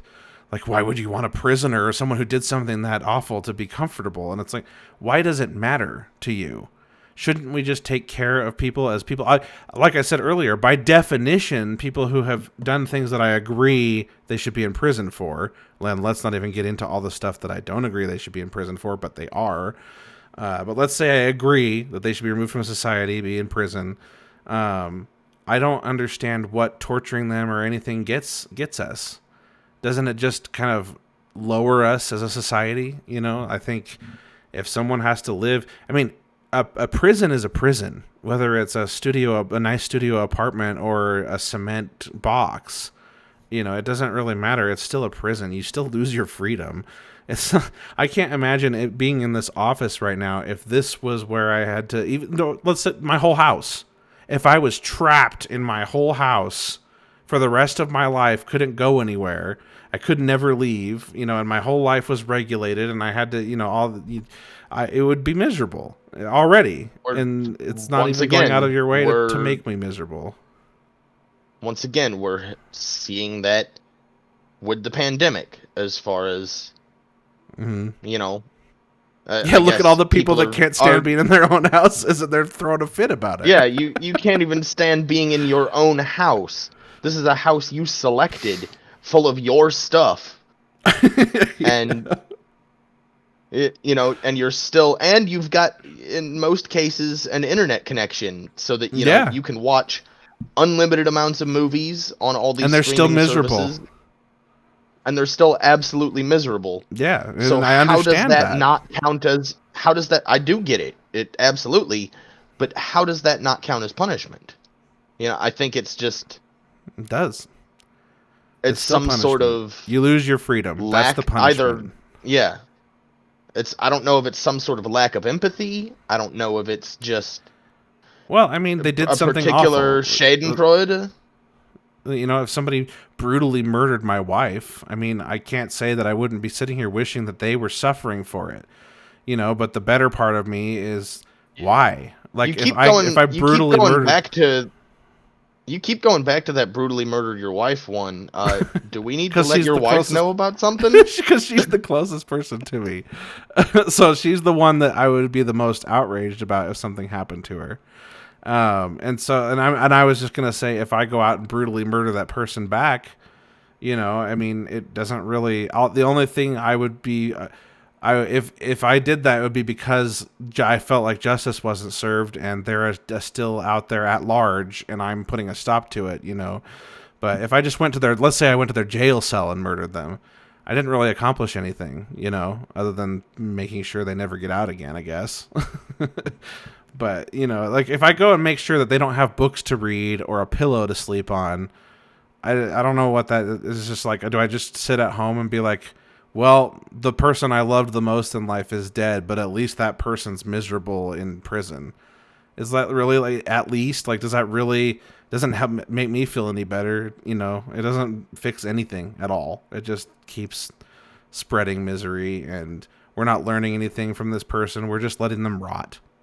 You know, at least we could study them, try to put them through therapy, do your best to do that stuff. And I know we do to a certain degree. Some people, you know, some families even make peace with the offender, families of the victim, you know, and stuff like that. So stuff like that does happen, and I'm sure that there's plenty of breakthroughs in psychology and stuff with a lot of inmates, but it could be better. And you know, to get to that point where we're doing stuff like that, we gotta first get rid of some really obvious shit like for-profit prisons. That is fundamentally flawed. It is. Yeah, because you have an incentive to keep people in prison. That's wrong. That's you shouldn't have an incentive to keep people in prison. No, in fact, well, and see, that's an interesting point. No, sorry, interesting is maybe not the right word because it's a correct point. But you don't actually have to get rid of for-profit prisons in order to make them viable in an advanced society. What you really have to do is change what they're paid for. There you Currently, go. for-profit prisons are paid by the number of beds that they're that are full. Because of the labor, the free labor they get by having more Right. bodies. If you change that metric and you say, okay, you are instead paid based on the number of prisoners who graduate from this therapy thing. And then you get a bonus if that prisoner doesn't reoffend within X time. Yeah, that's great. That's a great way to look at it for sure. If you put those metrics to use for society, instead of just using them to make money, use them to make money and better society, you can still absolutely have for-profit prisons. For sure. Yeah. I like that. It's another way of thinking, because in my mind it was just, those need to go away. But you're right. You could change the way they look. And that actually is a good jumping off point to talk about how I view the economy. How we talk about how the money keeps flowing up to the top and it gets trapped there. And that's how we get the inflated 1%, versus the 99%. And there are ways we can change that, and there's lots of different things we could do, but all of them are socialist ideas, socialist policies that we have to force as a people who run a government that's supposed to be for the people and by the people. We should be forcing them to send money back down somehow. What that looks like is a separate conversation, but you can do that without even abolishing capitalism, which is what people think when you say you're a communist or have communist ideas or socialist ideas. They conflate. They treat those terms as almost identical. They think that you are trying to just get rid of capitalism and install all these. They basically think of authoritative institutions, which is funny, but you don't have to do that. Jeff Bezos could still drive around in a gold-plated yacht, and we could have a healthy society economically. All we got to do is take a chunk of his money, and he doesn't even feel it. People like Bezos, and there's tons of, Bezos is the obvious one. He's got the face and that we all recognize, and he's the biggest one out there. I guess actually Elon might have passed him or something, but anyway, at a certain point, that money has to come back down, and we got to drag it out of them because they're not willing to do it on their own. Trickle-down economics doesn't work. And for those who don't know what that is, that's basically just billionaires being benevolent. The whole idea is that they will trickle that money back down through their own benevolence by spending it in society or paying people wages. And go ahead. That brings up an interesting point, what you're saying as far as Bezos could still be driving around in a gold-plated yacht. If you look at the number of billionaires currently in the world, there are 2,153 billionaires. Well, I say currently. This was about a year ago. Okay. If you look at their combined wealth, you can actually redistribute $6.4 trillion. That's trillion with a T. And we still wouldn't have any fewer than those 2,153 billionaires. There you go. That's the perfect example. That would still leave those 2,000 people, some people, with $1 billion. Yep. I mean, ideally, I would like to not see people driving around in a gold yacht, but we could have that.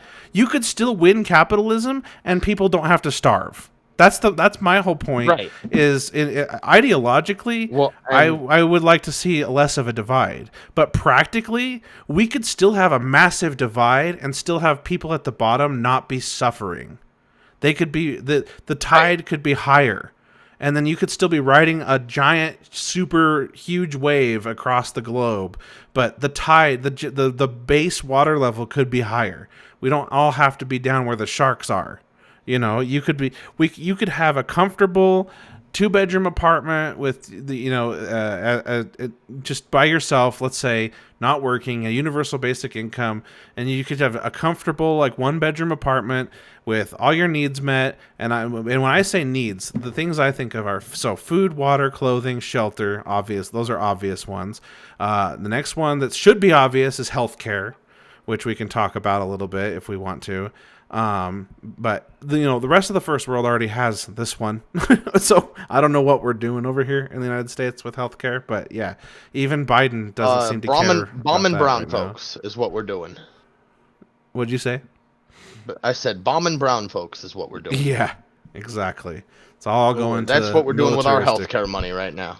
Yep. And Um, then but that another actually, one. if you, Go ahead. oh, I was gonna say that actually brings up, you know, once again, drawing a parallel to this pandemic that we're under. We've proved the money is there because the federal government, gave us, well, I say us, anybody who was unemployed got an extra $600 a week on top of their unemployment. That effectively equates to a universal basic income, Mm-hmm. which would achieve a number of results, up to and including what you were talking about as far as advancing science. Mm-hmm. Because can you imagine how many people would be able to simply sit in their basement and do experiments Yeah, well, think if they about didn't think have to about throughout spend history. 40 to 80 hours a week? The human history doesn't have 24/7, work days, and people think like, oh, our ancestors were hard workers. They were, but they also played. They also rested. They also stopped and spent hours looking at the stars, wondering. They stopped and started messing with things like, why does the light do this when it runs through this piece of glass, like with a prism? Why they would take the time to look at the world around them and do things. And all the good science is born out of people who were bored, at a certain point in time. I mean, there's obviously exceptions, but for a lot of time, they're just studying something because they find it interesting. And those are where a lot of the best breakthroughs come from. But right now, people have to spend 80 hours a week trying to feed their family. Just trying to barely get by in this topsy-turvy, unbalanced economy and society. And so let's talk about universal basic income for a minute, UBI. Because this is one that people often think of as the handout, the free handout, which, I guess by definition, that's literally what it is. But it's not a handout from some benevolent politician or whatever. It's a handout from ourselves. We're deciding to take our income, pay taxes on it, and then take those taxes and take a portion of it and redistribute it to everyone in society as a basic income. Okay, and this is one of the most important things I feel like for human progress in the future. And we're not there yet, probably won't be there in my lifetime, but I feel like if we're to get from here to Star Trek economy, the utopia where capitalism doesn't exist anymore because it's not needed, we have to start making it so that when we make progress as a society that starts to eliminate jobs, that it's a good thing. When a self-checkout eliminates a checker at a grocery store, it should be a good thing. We're using technology to supplement the things that we need in society. But no, that checker loses their job and they don't get paid anymore. So how can we advance as a society where we want to have science and technology carry us forward and give us all the luxuries and things we want out of life and solve world hunger and solve poverty and all these things, if every time it does so, someone loses a job and that ruins their life because they can't feed their family anymore? And the only way to do that is to take the benefits from this automation and spread it around and make sure that we all can carry each other along the way. Our scientific advancements, our progress, and those of us who are working and those of us who make billions of dollars, we should all be putting money into that tide and raising all the ships as we go forward as in human society. And all it would take, honestly, a universal basic income doesn't even have to be huge. It just needs to, obviously, it needs to increase with inflation. But just like the minimum wage does, and look where we are with that. But anyway, I was talking earlier, the basic needs. I think there's like 7 of them I came up with. So food, clothing, water, shelter, healthcare, and then internet access and the ability to vote. Those 2, I think, are fundamental things that everyone should have access to as well. Just right up there with shelter and healthcare and all that. Because I think to live in a modern society, you have to have, first of all, easy access, the ability to vote. That has to be, first of all, it should be a holiday when you have to vote. You should be able to get in and vote easily. You shouldn't have to jump through a bunch of hoops. Registering to vote should be easy. You know, we need to make that as accessible as possible. I think that going even further, forget just making it easy, make it compulsory. Yeah. There is no registration to vote because you're registered as a citizen. Yeah, If well, you have citizenship, I mean, if you force someone to vote and then they just vote blindly, though, does that? I'm not worried about like what that would accomplish. I think Because it would feel authoritative to people, and you know they would rebel against it. And so, if they had to vote, right.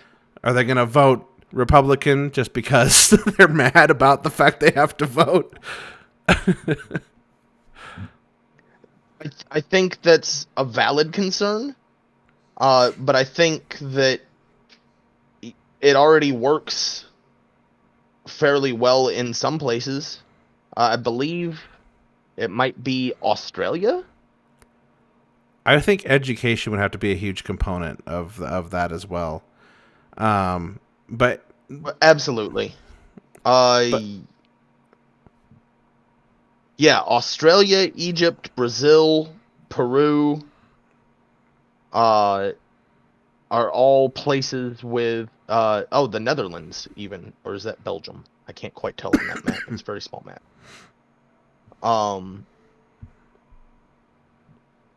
You know, places where voting is compulsory.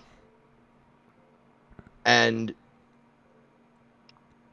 at the bare minimum, it at least ensures that a minority of people is not controlling the direction of a nation. Gotcha. For instance, in the United States, no matter how much you want to blame the president, it's really the Senate and the House that have control over things. Right. In our last senatorial elections, I believe I saw not our last ones necessarily. I believe the ones I saw stats for were 2006 and 2010. We had less than 50% of all eligible voters vote. Yeah, I mean, I believe that. The Senate we got was the Senate that was actually chosen by 30% of people. And that's if you give them, what would be considered a mandate, basically, on the election, where everybody who won by a landslide. Mm-hmm. That, 30% of people would have caused that. I'd rather see, even if some poor decisions are made, poor decisions are already being made on behalf of everybody. I'd rather everybody have that voice. That's a good point. And so I agree. I think that might be a good addition. But to bring it back a little bit, I wanted to just finish what I was saying about universal basic income. I'm sorry, we were on that, weren't we? No, it's all good. This show is all about tangents, so it's fine. But anyway, so basic access to vote and access to the internet. I think, and one of the people might dispute with me on is the access to the internet. Like, oh, the library is good enough, and I just don't think so anymore. I think that everyone should at least be able to afford some sort of personal mobile device and internet access, something like that. Absolutely. I think for society going forward, it's necessary. It's necessary to find a job. It's necessary to communicate. It's necessary for emergencies. You know, you get the Amber Alerts and disaster alerts and stuff. They're just, in a modern connected society, I think you got to have a phone or something, and be able to afford that. So if we can get a universal basic income that can afford all of those basic things, and Medicare for all, so that we don't have to worry about being drowned in medical bills, and we dial back the student debt and regulate that so that it can't get so out of hand. If we could just get rid of the medical debt and the student debt, and then also make it so people can afford the basic needs in life that I described, that's it. After that, that's the base. That's a net at the bottom of society that catches everyone, and just at least provides you with, like you said, money can't buy happiness. You're not going to be. Are you really going to be happy living on the bare minimum? And maybe you are. Maybe you just live on that universal basic income in your studio apartment. You don't have anyone depending on you, and you just want to, live your own life the way you want to live it. We're in a world today where so much of it is automated, and our basic needs are automated, and it's only going to get more so. That should be okay. I mean, obviously, if everyone did that, it would be a problem. But that is the fallacy that people who oppose universal basic income constantly put forth, because that is just the most cynical outlook I could think of. Do you really think, okay, you might be able to find me a person or people or even a bunch of people that are okay with that lifestyle, living on having the bare minimum to eat and clothe yourself and live in a studio apartment? But that wouldn't be enough for me, and it wouldn't be enough for a lot of people I know. I'd want more. So I'd want to get a job. I'd want to contribute to society and make more and have an Xbox and a PlayStation and all the nice little luxuries I like in life. I would want extra. I would want more. And so I would be contributing to society. Right. And I think most people would be that way. I think most people, and you would have the freedom. I would want to work more if I had the freedom to contribute and work the way I wanted, knowing that I won't be destitute if I fail to get this shitty job that I'm applying for. It's like I'm so desperate for a job, I have to take whatever shitty one I want. Instead, I get to be like, oh, I'm really enjoying drawing right now. I've been in real life. I've been drawing. I have an iPad Pro that I saved up for, and an Apple Pencil, and I've been drawing, and I love it. And I'm getting better and stuff. But I could take commissions, and I could start really spending my time enhancing my art. And that's the thing I think the point you've made before, is that art and culture flourishes in a society like that because people do things that they want to do, and a lot of that is human expression. And we live in a world where not everyone has to be a farmer to feed everyone. We got plenty of food. We just need to be able to distribute it around the world. We need to be able to, people need to be able to afford to be able to eat. Those are the real problems. Right. It's not a labor shortage. It's not like we don't have people to be able to pick our crops or anything. There are people who love that. My great grandpa loved it. He ran a farm, owned a farm, and that was his life. He loved it. He loved planting crops and harvesting them and selling them, and I don't know anything about all that, but when I was little, he would show it. He would take me out to the field, and he had a passion for it. And there are people that have a passion for everything. That's what makes humanity so awesome. This is where my naive optimism used to come from when I was a kid, because humans are very diverse. We're very expressive. We have all sorts of desires and interests, and science and technology and progress is one of those, and people who will sit down and come up with the next best thing over the iPhone, or the next best video game, or the next best app that makes your life so much easier. Like, we would progress even faster. If we had that net at the bottom of society, then society would begin to progress even more. That person who is stuck at Walmart every day might design the next assembly line machine, that automates some sort of difficult. Let's say I'm sure there's plenty of products out there that still require people to put them together because they're so intricate, or there's difficult problems to solve even on assembly lines that are already mostly automated. But imagine somebody solving some of those hard problems. Because they had the time to and the passion to do it. I, as a programmer, would only ever program things that I enjoyed, that I liked, that I wanted to do. It wouldn't feel like a job for me that I have a requirement to work any programming job I can find just because I can find it. It'd be like, oh, well, I really like D&D. I'm going to apply to work for D&D Beyond, and I'm going to contribute to all the things that I'm passionate about right now because I'm playing tons of Dungeons and Dragons, and now I could help provide a tool for other Dungeons and Dragons players. Or, there's tons of people that I work with right now at Sunrun that they love working for a solar company. I love working for a solar company, so I'm lucky there. But a lot of people just have to take the job that they can find, and that's how it was before I got a corporate job as a programmer. I had to take a telemarketing job. I had to work at Walmart, and I was miserable. at those jobs. I didn't want to do them, but if I didn't do them, I couldn't eat. I couldn't pay my rent. And so it took me way longer to finally break into my industry and field than I wanted it to because of that. But if I had the freedom, if I had a universal basic income and I could afford a basic apartment, I could have focused on that. I would have had a job so fast as a programmer because I wouldn't have had to go to Walmart at 11 p.m. and work all the way. I worked the night shift, the graveyard, and so I'd get there at 11, and then I would like leave at like 6 or 7 in the morning or whatever. And then I was exhausted the whole next day because I was working the loading dock and stuff. And so my hobby projects all took a back seat. I didn't, I wasn't doing any, I used to keep up on the new programming trends and stuff, adopting new languages and new patterns for development and all that. And I wasn't doing any of that.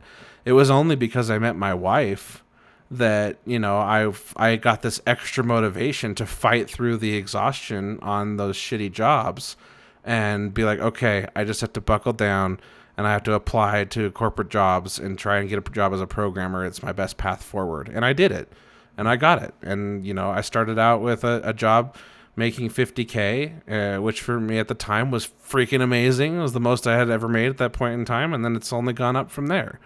And I wish that could be something that everyone could do. And I understand that I wasn't in a place where I was so destitute that I couldn't, that I had just enough motivation and free time to break out of that cycle of of living on minimum wage poverty.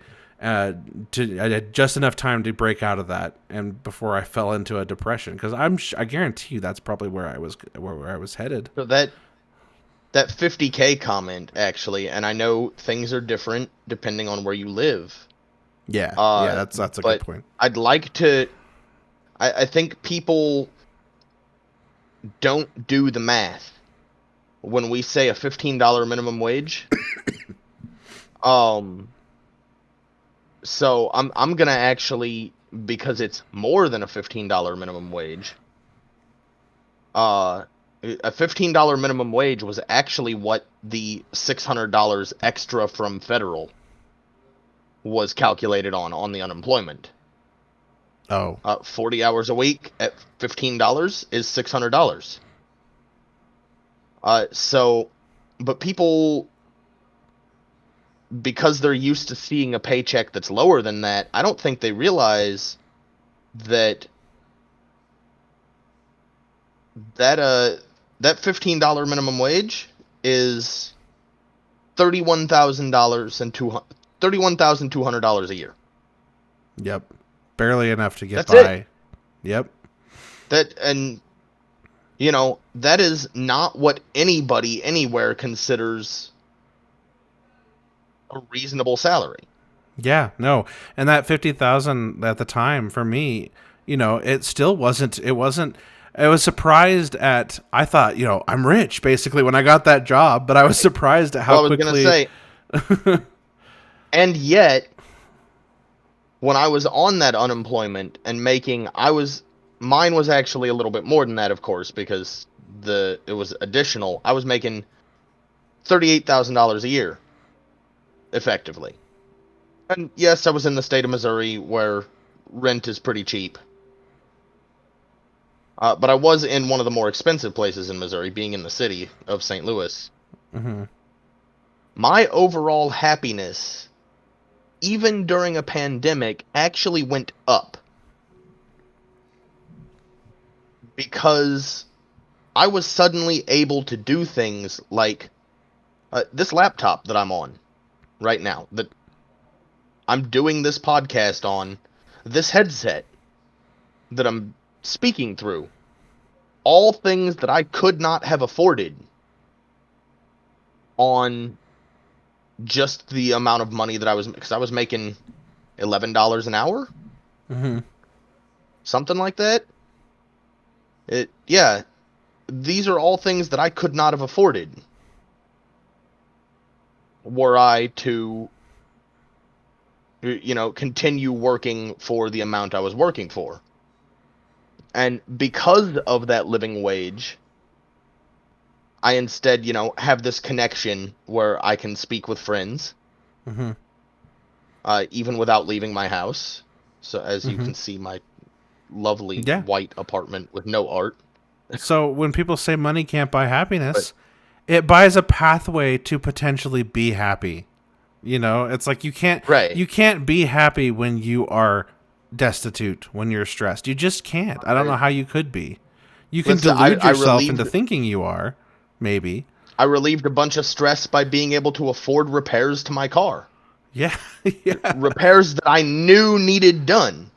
By the way, you're welcome, anybody that shares a road with me, because some of those repairs were things that made it less than safe to be around me.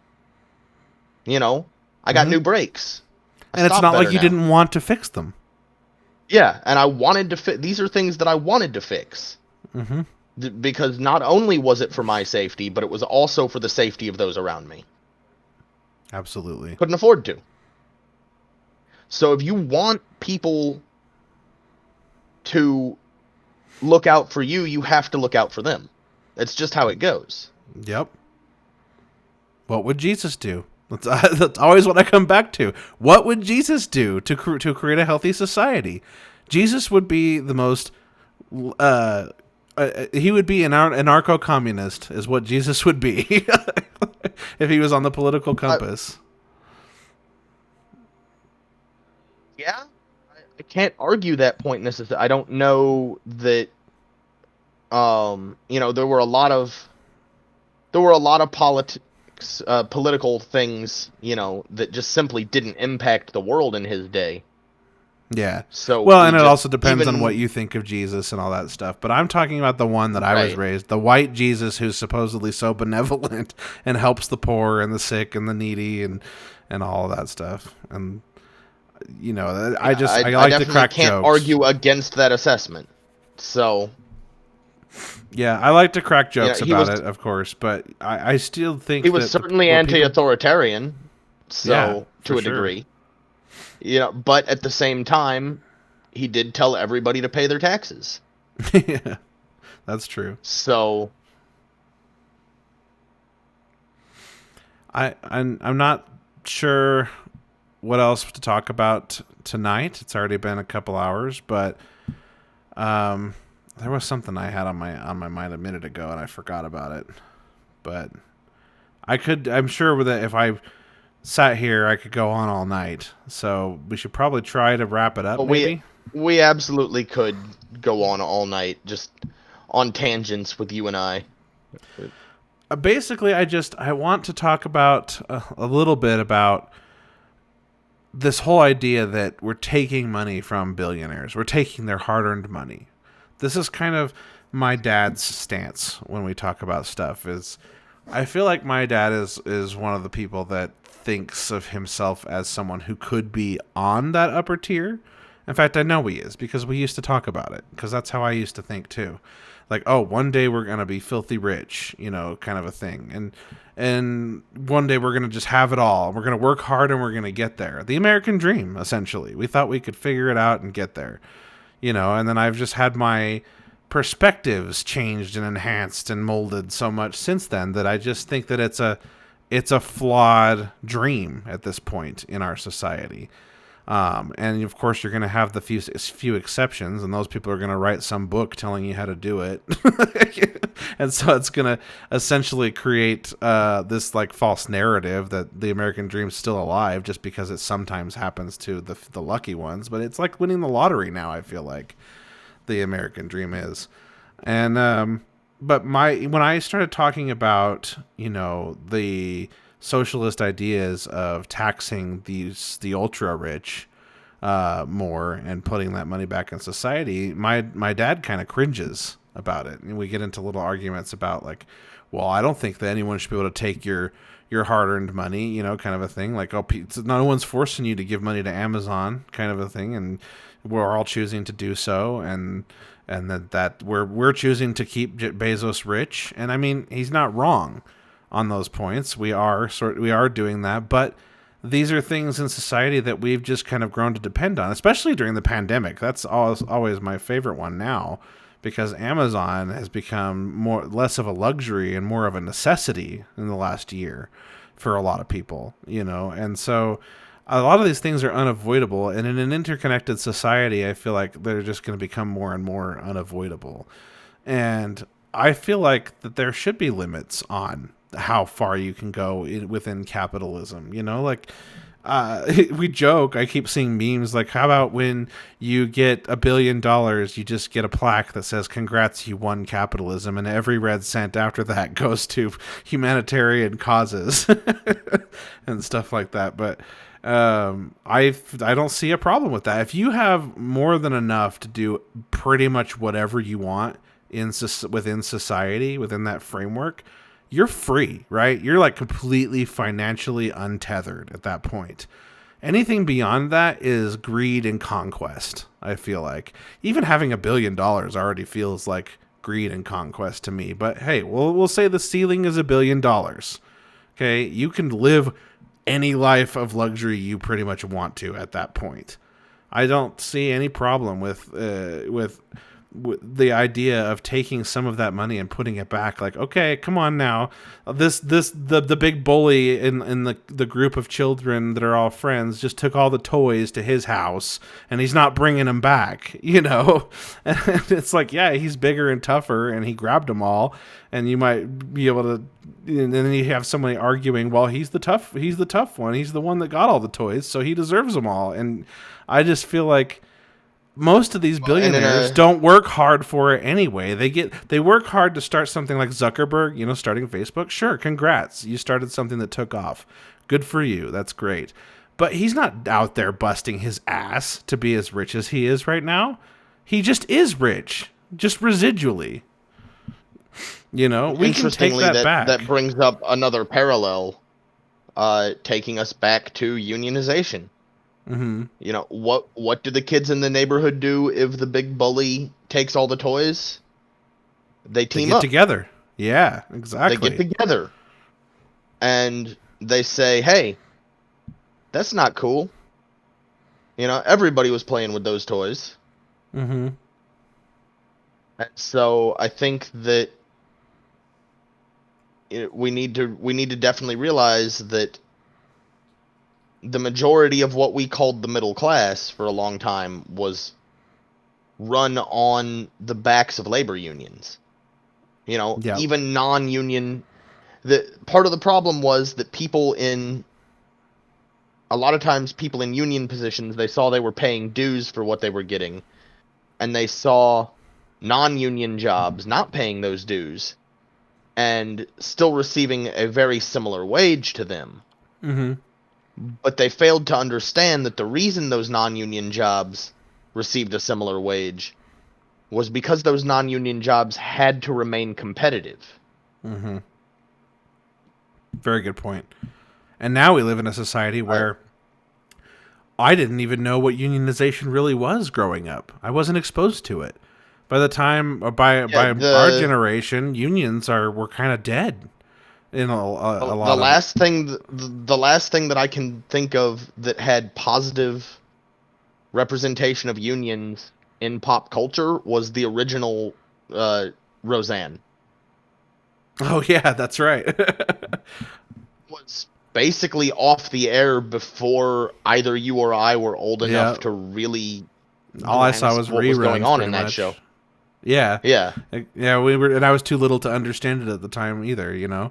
But yeah, when I worked at Walmart and I went through orientation before I finally got a job as a programmer, I literally had to sit through like 15 or 20 minutes of anti-union propaganda. And I wasn't even as politically charged as I am now. I didn't have a lot of my opinions and beliefs figured out yet. And I still could tell it was bullshit, like sitting there listening to it. It was just, they were in the video, they would say that if they even sniff that a union is forming, they'll shut down a whole branch, and that they've done it before. And I'm like, this is just, we'll fuck you up, and we're not afraid to do it. Kind of like, we'll hurt you and everyone you work with and all your families if you defy us. That's how it comes across. And it's just gross. It's just really gross. They're just like, unions are a cancer, and we'll shut down any branch that's going to suffer from unionization. And they just really demonize it, and they try to get you, turn you against it. And I think it works on a lot of people because they don't really know what unions were. They're not ubiquitous like they used to be. Like you said, that middle class used to be run on the backs of labor unions, and now they're kind of gone because of all these mega corps that just spread their propaganda. When we talk about corporate overlords, like, corporations are largely responsible for most of the propaganda we hear every day, and we have no idea how powerful that propaganda is until you really start to sit and think about it and look at it. Do you remember that video a few years ago of all the news outlets that were all they like edited them all together, and they were all talking, saying the same stories, like the Borg, like the hive mind? Oh, yeah, that was they were actually being instructed to do so. Yes, I don't know if it was it Rupert Murdoch Sinclair, or it was Sinclair. Well, it was Sinclair. Yep. Sinclair Broadcasting. Anyway, yep. I did want to, before we got off the unions thing too far, sure. To give an example, somebody that I know who is in a union today, one of the things that union does, how much do you think, is the average for people paying for healthcare right now in the United States of America? I don't know. It's gotta be ridiculous. I don't know either. I was just looking for, whatever you thought. I can tell you that I feel like I have pretty good health care. And I'm paying about $150 to $200 a month for mine. Just for me. Mm-hmm. This person I know in a union is paying $50 a year. Oh my God. It's like a pipe dream. And for her and her husband and her 2 children. To all be on this ridiculously good insurance. So, if you think unions don't do anything for you because you're paying dues or whatever, just think about that. That's, even if you've got good insurance, you're saving $150 the first month and then $200 for 11 more months. So you're looking at $2,400 over the course of the month, or over the course of the year, which is way more than your dues will ever be. Well, and another point for unions that I should bring up that's like kind of personal to me is that, like I said at the top of the show, how my dad, we had a pretty comfortable lifestyle when I was growing up. My dad made decent money managing a grocery store. Kroger bought out Smith's Food and Drug, and that is when they fired everybody who made what they thought was too much of a salary. Just fired them. And got basically just any opportunity they could to get rid of them and then hire people for a way cheaper wage. And my dad ended up, kind of suffering from all of that. What could have prevented that? You like start to think about like what could have prevented. Well, a union could have prevented that, right? Like, just the union would not have allowed for the company to just slash people like that for no reason. They fight for you.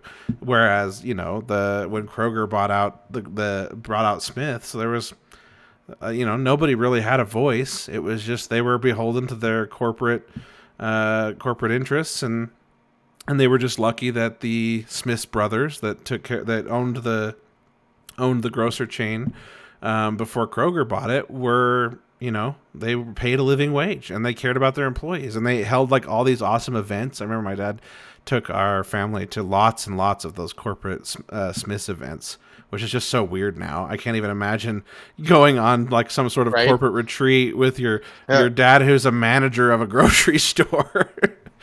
But yeah, we used to do stuff like that. Then Kroger bought them out. And there's a yearly company picnic at the job I'm at right now, and like, I'm still. it's still such a strange concept to me that I'm like, Yeah. I don't know if I want to do that. I don't know if I like my coworkers like that. Yeah. Yeah, well, and society's I changing like too with them, that kind of stuff, but right? I like them, sure, but like that, and I'm maybe trying not. to think of, when you bring up unions, they often get shot down with, well, they prevent you from firing bad employees and that kind of stuff, and it's They don't. You and just have to yeah, document, you have to actually show your work, right? Like to get rid of right? somebody who sucks, you actually have to. Which You I can't think just is be like, okay, interesting. you're out because I don't like you. There's somebody else that I know who is a retail manager, and he is forced by his superiors to show his work on firing. It Hmm. takes him work and it does frustrate him sometimes because he has to show a pattern of Yeah, unreliability. but it's better than the But alternative, even though it sucks for r- him. right, it sucks for him, and yes, it might suck for the coworkers of that person, but in the long run it protects everybody because you can't just be fired for, Yeah, and it makes for a healthier oh, society. your manager doesn't like you, so you just lost your job and now you're homeless and this, Yep, and that, and here the in other. Utah, you can fire anybody for any reason. You don't even have to have a reason. You Yeah, can just fire them. that's You what don't have to justify it at all. that's actually, I want to say 38 of the 50 states. Let me see here. Oh, no, In fact, I can talk a little bit about my wife. Just worked for a mortgage company for the last like 6 months and just quit a couple months it is ago. called, it's called at will employment is what it is. Yes, yep, Um, at will employment, and my it is wife fell actually victim to it. 42 states. Oh wow, 42 42. states Jesus. But that yeah, so are my under. sorry, go ahead. Oh, no, go for it. I was just gonna say, Nikki, she fell victim to this because the company she just recently worked for took complete advantage of their employees. They, because of the pandemic, had to work from home, and they like acted like that allowing them to work from home was them being so benevolent, and so they took advantage of their employees even more than they already were, and they already were forcing them to work tons and tons of hours. So she would start at like 8 in the morning, and then she didn't know when she was going to get off. She was supposed to get off at like 5 or 6, but she never knew when they were going to get off. She could only get off work once her boss said it was okay, and it was often 8, 9, sometimes even 10 o'clock at night when she would get off. And she would get hardly any breaks. She'd have to eat her lunch at her desk, and it got to the point where I watched my wife like deteriorate mentally. I've never seen her the way she was the last few months before she quit. Like, she just was so exhausted by all of it, and it was getting to be ridiculous, and it was to the point where I'm And like, I've even noticed that, she's been around and hanging out a whole hell of a lot more. yeah, she didn't have a life when she was working for that company. Luckily, I make enough money that we didn't we needed her job for us to move. Otherwise, we wouldn't have been able to do it. So I'm grateful for that. But yeah, like as soon as that was gone, as soon as we didn't need her income anymore, I was like, this is not a life. Like, you only have one life to live, and you can't spend it. You can't spend all of it just giving all of your time to this fucking mortgage company. And they were jerks about everything. I looked up all the labor laws because I was getting sick of it. I looked up the Utah labor laws. There is no requirement for her to have lunch breaks or any breaks. There's no requirement for her to have like a minimum number of hours before she can go home, or a maximum number of hours that they can force her to work. As long as they're paying overtime for any hours that are overtime, they can force her to work as much as they want, and as they just have to pay her in overtime. So yes, she was making good money, quote unquote, because good money is relative. It's like good money, but when you're busting your ass working 24/7, I don't know if that really counts as good money. you know. And so That's actually something, part of the reason that I took the shift I did at my job is because I don't vibe with forced overtime. yeah, I was I awful. think it's slavery, not, It is. That's how I felt. I felt like my wife was a corporate slave, and it was so bad. Like I thought I had it bad when I worked at Walmart and telemarketing. Nikki is like the most. She's got one of the strongest work ethics of anyone I've ever known. To the point where I tell her I think it's toxic. But you know, if it comes to a job telling her to do something, she'll do it. And so this job, it was just a bad combination because her work ethic demanded her sense of honor when it comes to working and contributing to society demanded that she meet the expectations of her employer, no matter what they were. And in the beginning, she did it, She wasn't on her phone. She ate at her desk. She did all that stuff. And at first she felt good about it when she'd see her paychecks. But then the mental exhaustion, it was causing problems in all of her relationships throughout her life. Like nobody got to see her anymore. I especially was harping on her all the time. And of course, she's already exhausted mentally from working all the time, and then here I am bitching about it afterward in like the 1 hour that I get to see her before she goes to bed, and so it was just miserable. She had to deal with that, and then had to deal with me telling her it was messed up, and so I can see from her perspective that she was just miserable all the time, and I could tell she was just becoming unhappy, just in general across the board, unhappy. And since she's quit, night and day difference. She like recuperated. She's come back to being her normal self again, and it's just like it was crazy. And now I take that experience and I extrapolate from that like what it must be like in society across the country. For people who are making such low wages. I'm just privileged enough to be ignorant of that if I wanted to be. Just, I'm not, like I said, I don't make a shitload of money, but I make enough that I live a different lifestyle than somebody making minimum wage. So I could go my life without noticing it. And if I can do that, think of what Bezos is doing. Think of all those billionaires. Like they live absolutely astronomically different lives than the working class of society lives. And they have no idea what it's like to be you working at Walmart. No idea. If you took all his money away and forced him to work at Walmart on minimum wage, just even without forced overtime, he'd probably be super duper miserable. He has no idea what that's even like to work that hard for nothing. I used to cry when I'd get my Walmart paychecks. I'd bust my ass on that loading dock and I'd get the paycheck and it would just sit there and just look at it just like, I just couldn't believe it. I couldn't believe how awful it was. And I lived alone at the time. It was bad. And it's only gotten worse. That was 10, 11 years ago. And it's only gotten worse since then. So my heart bleeds for society right now. And I feel like anyone who's not currently going through that right now, going through paying student loans and healthcare bills and working a minimum wage job, which doesn't even pay enough to provide for yourself, let alone your family. If you're not going through that right now and you're privileged enough to have work and have, it's you just can't understand. You can't understand how difficult it is. And so you got to take their word for it. You got to listen to people when they're telling you, hey, this shit sucks. In order to, you all say you go to college so you can get a decent job, and yet I go to college, go into massive debt, get a job in a field that's oversaturated, and get paid a pittance still, even if it's not minimum wage for the field you're in. There's a good chance in a lot of fields, a lot of industries, that you're not making as much as you should.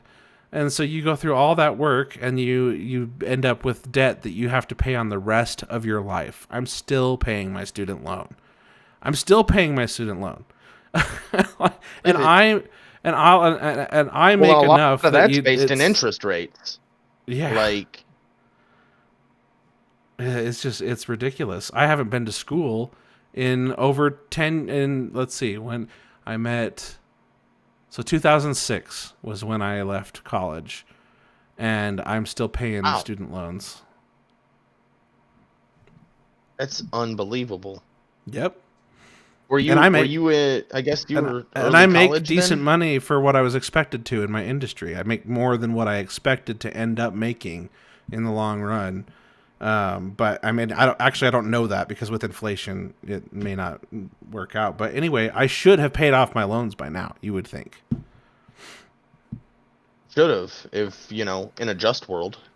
Yeah, it's highway robbery. It's just like the amount of money I had to pay to go to that schooling, and I ended up learning the most from on my own from the books. So basically, if I had access to the curriculum and all the books and resources that were on in that curriculum from that school, and I got all those on my own and just dedicated my own time to it, I would have the only difference there is I would have to have been working during that. So that might not have worked.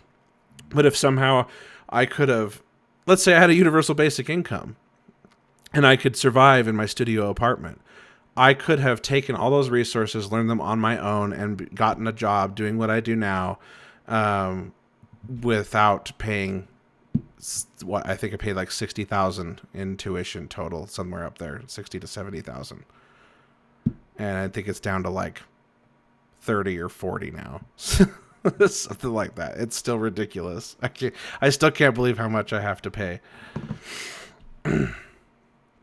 But yeah, like if I could have had access to those resources, I could have broken into my industry easily. It wasn't for a lack of knowledge, and the schooling was, while the schooling was fine, it wasn't worth the money. Like having an instructor to ask questions to, it was great, but it wasn't worth the money. I could have gone to Stack Overflow for all the questions I had an instructor answer. And so it was I really wish that I would have done like a little like trade school type of thing. They do like, I don't know if you call it trade school, but like the thing like Nikki did, she went to the U of U and did like a 6-month course for programming. If I had done something like that as a jumping off point and then just consumed resources on my own after that, would have been so much cheaper, and it would have been the same result. And the degree is not worth it. The degree doesn't mean anything anymore, especially in my industry. I don't know about other industries, but in the programming industry, There are very few. There are very few fields where a degree actually means anything. If you're not in academia, and you're not in one of the STEM fields, yeah. Well, and even, well, I say not in one of the STEM fields. Programming is definitely technology. Yeah, but So, I know like, what you mean. if you're like not being a doctor, right, being a right, physicist, if you're not a doctor, an engineer, a mathematician, yeah, no, you know, all the that stuff degree that, doesn't. All that degree means is that you had the privilege to go to college.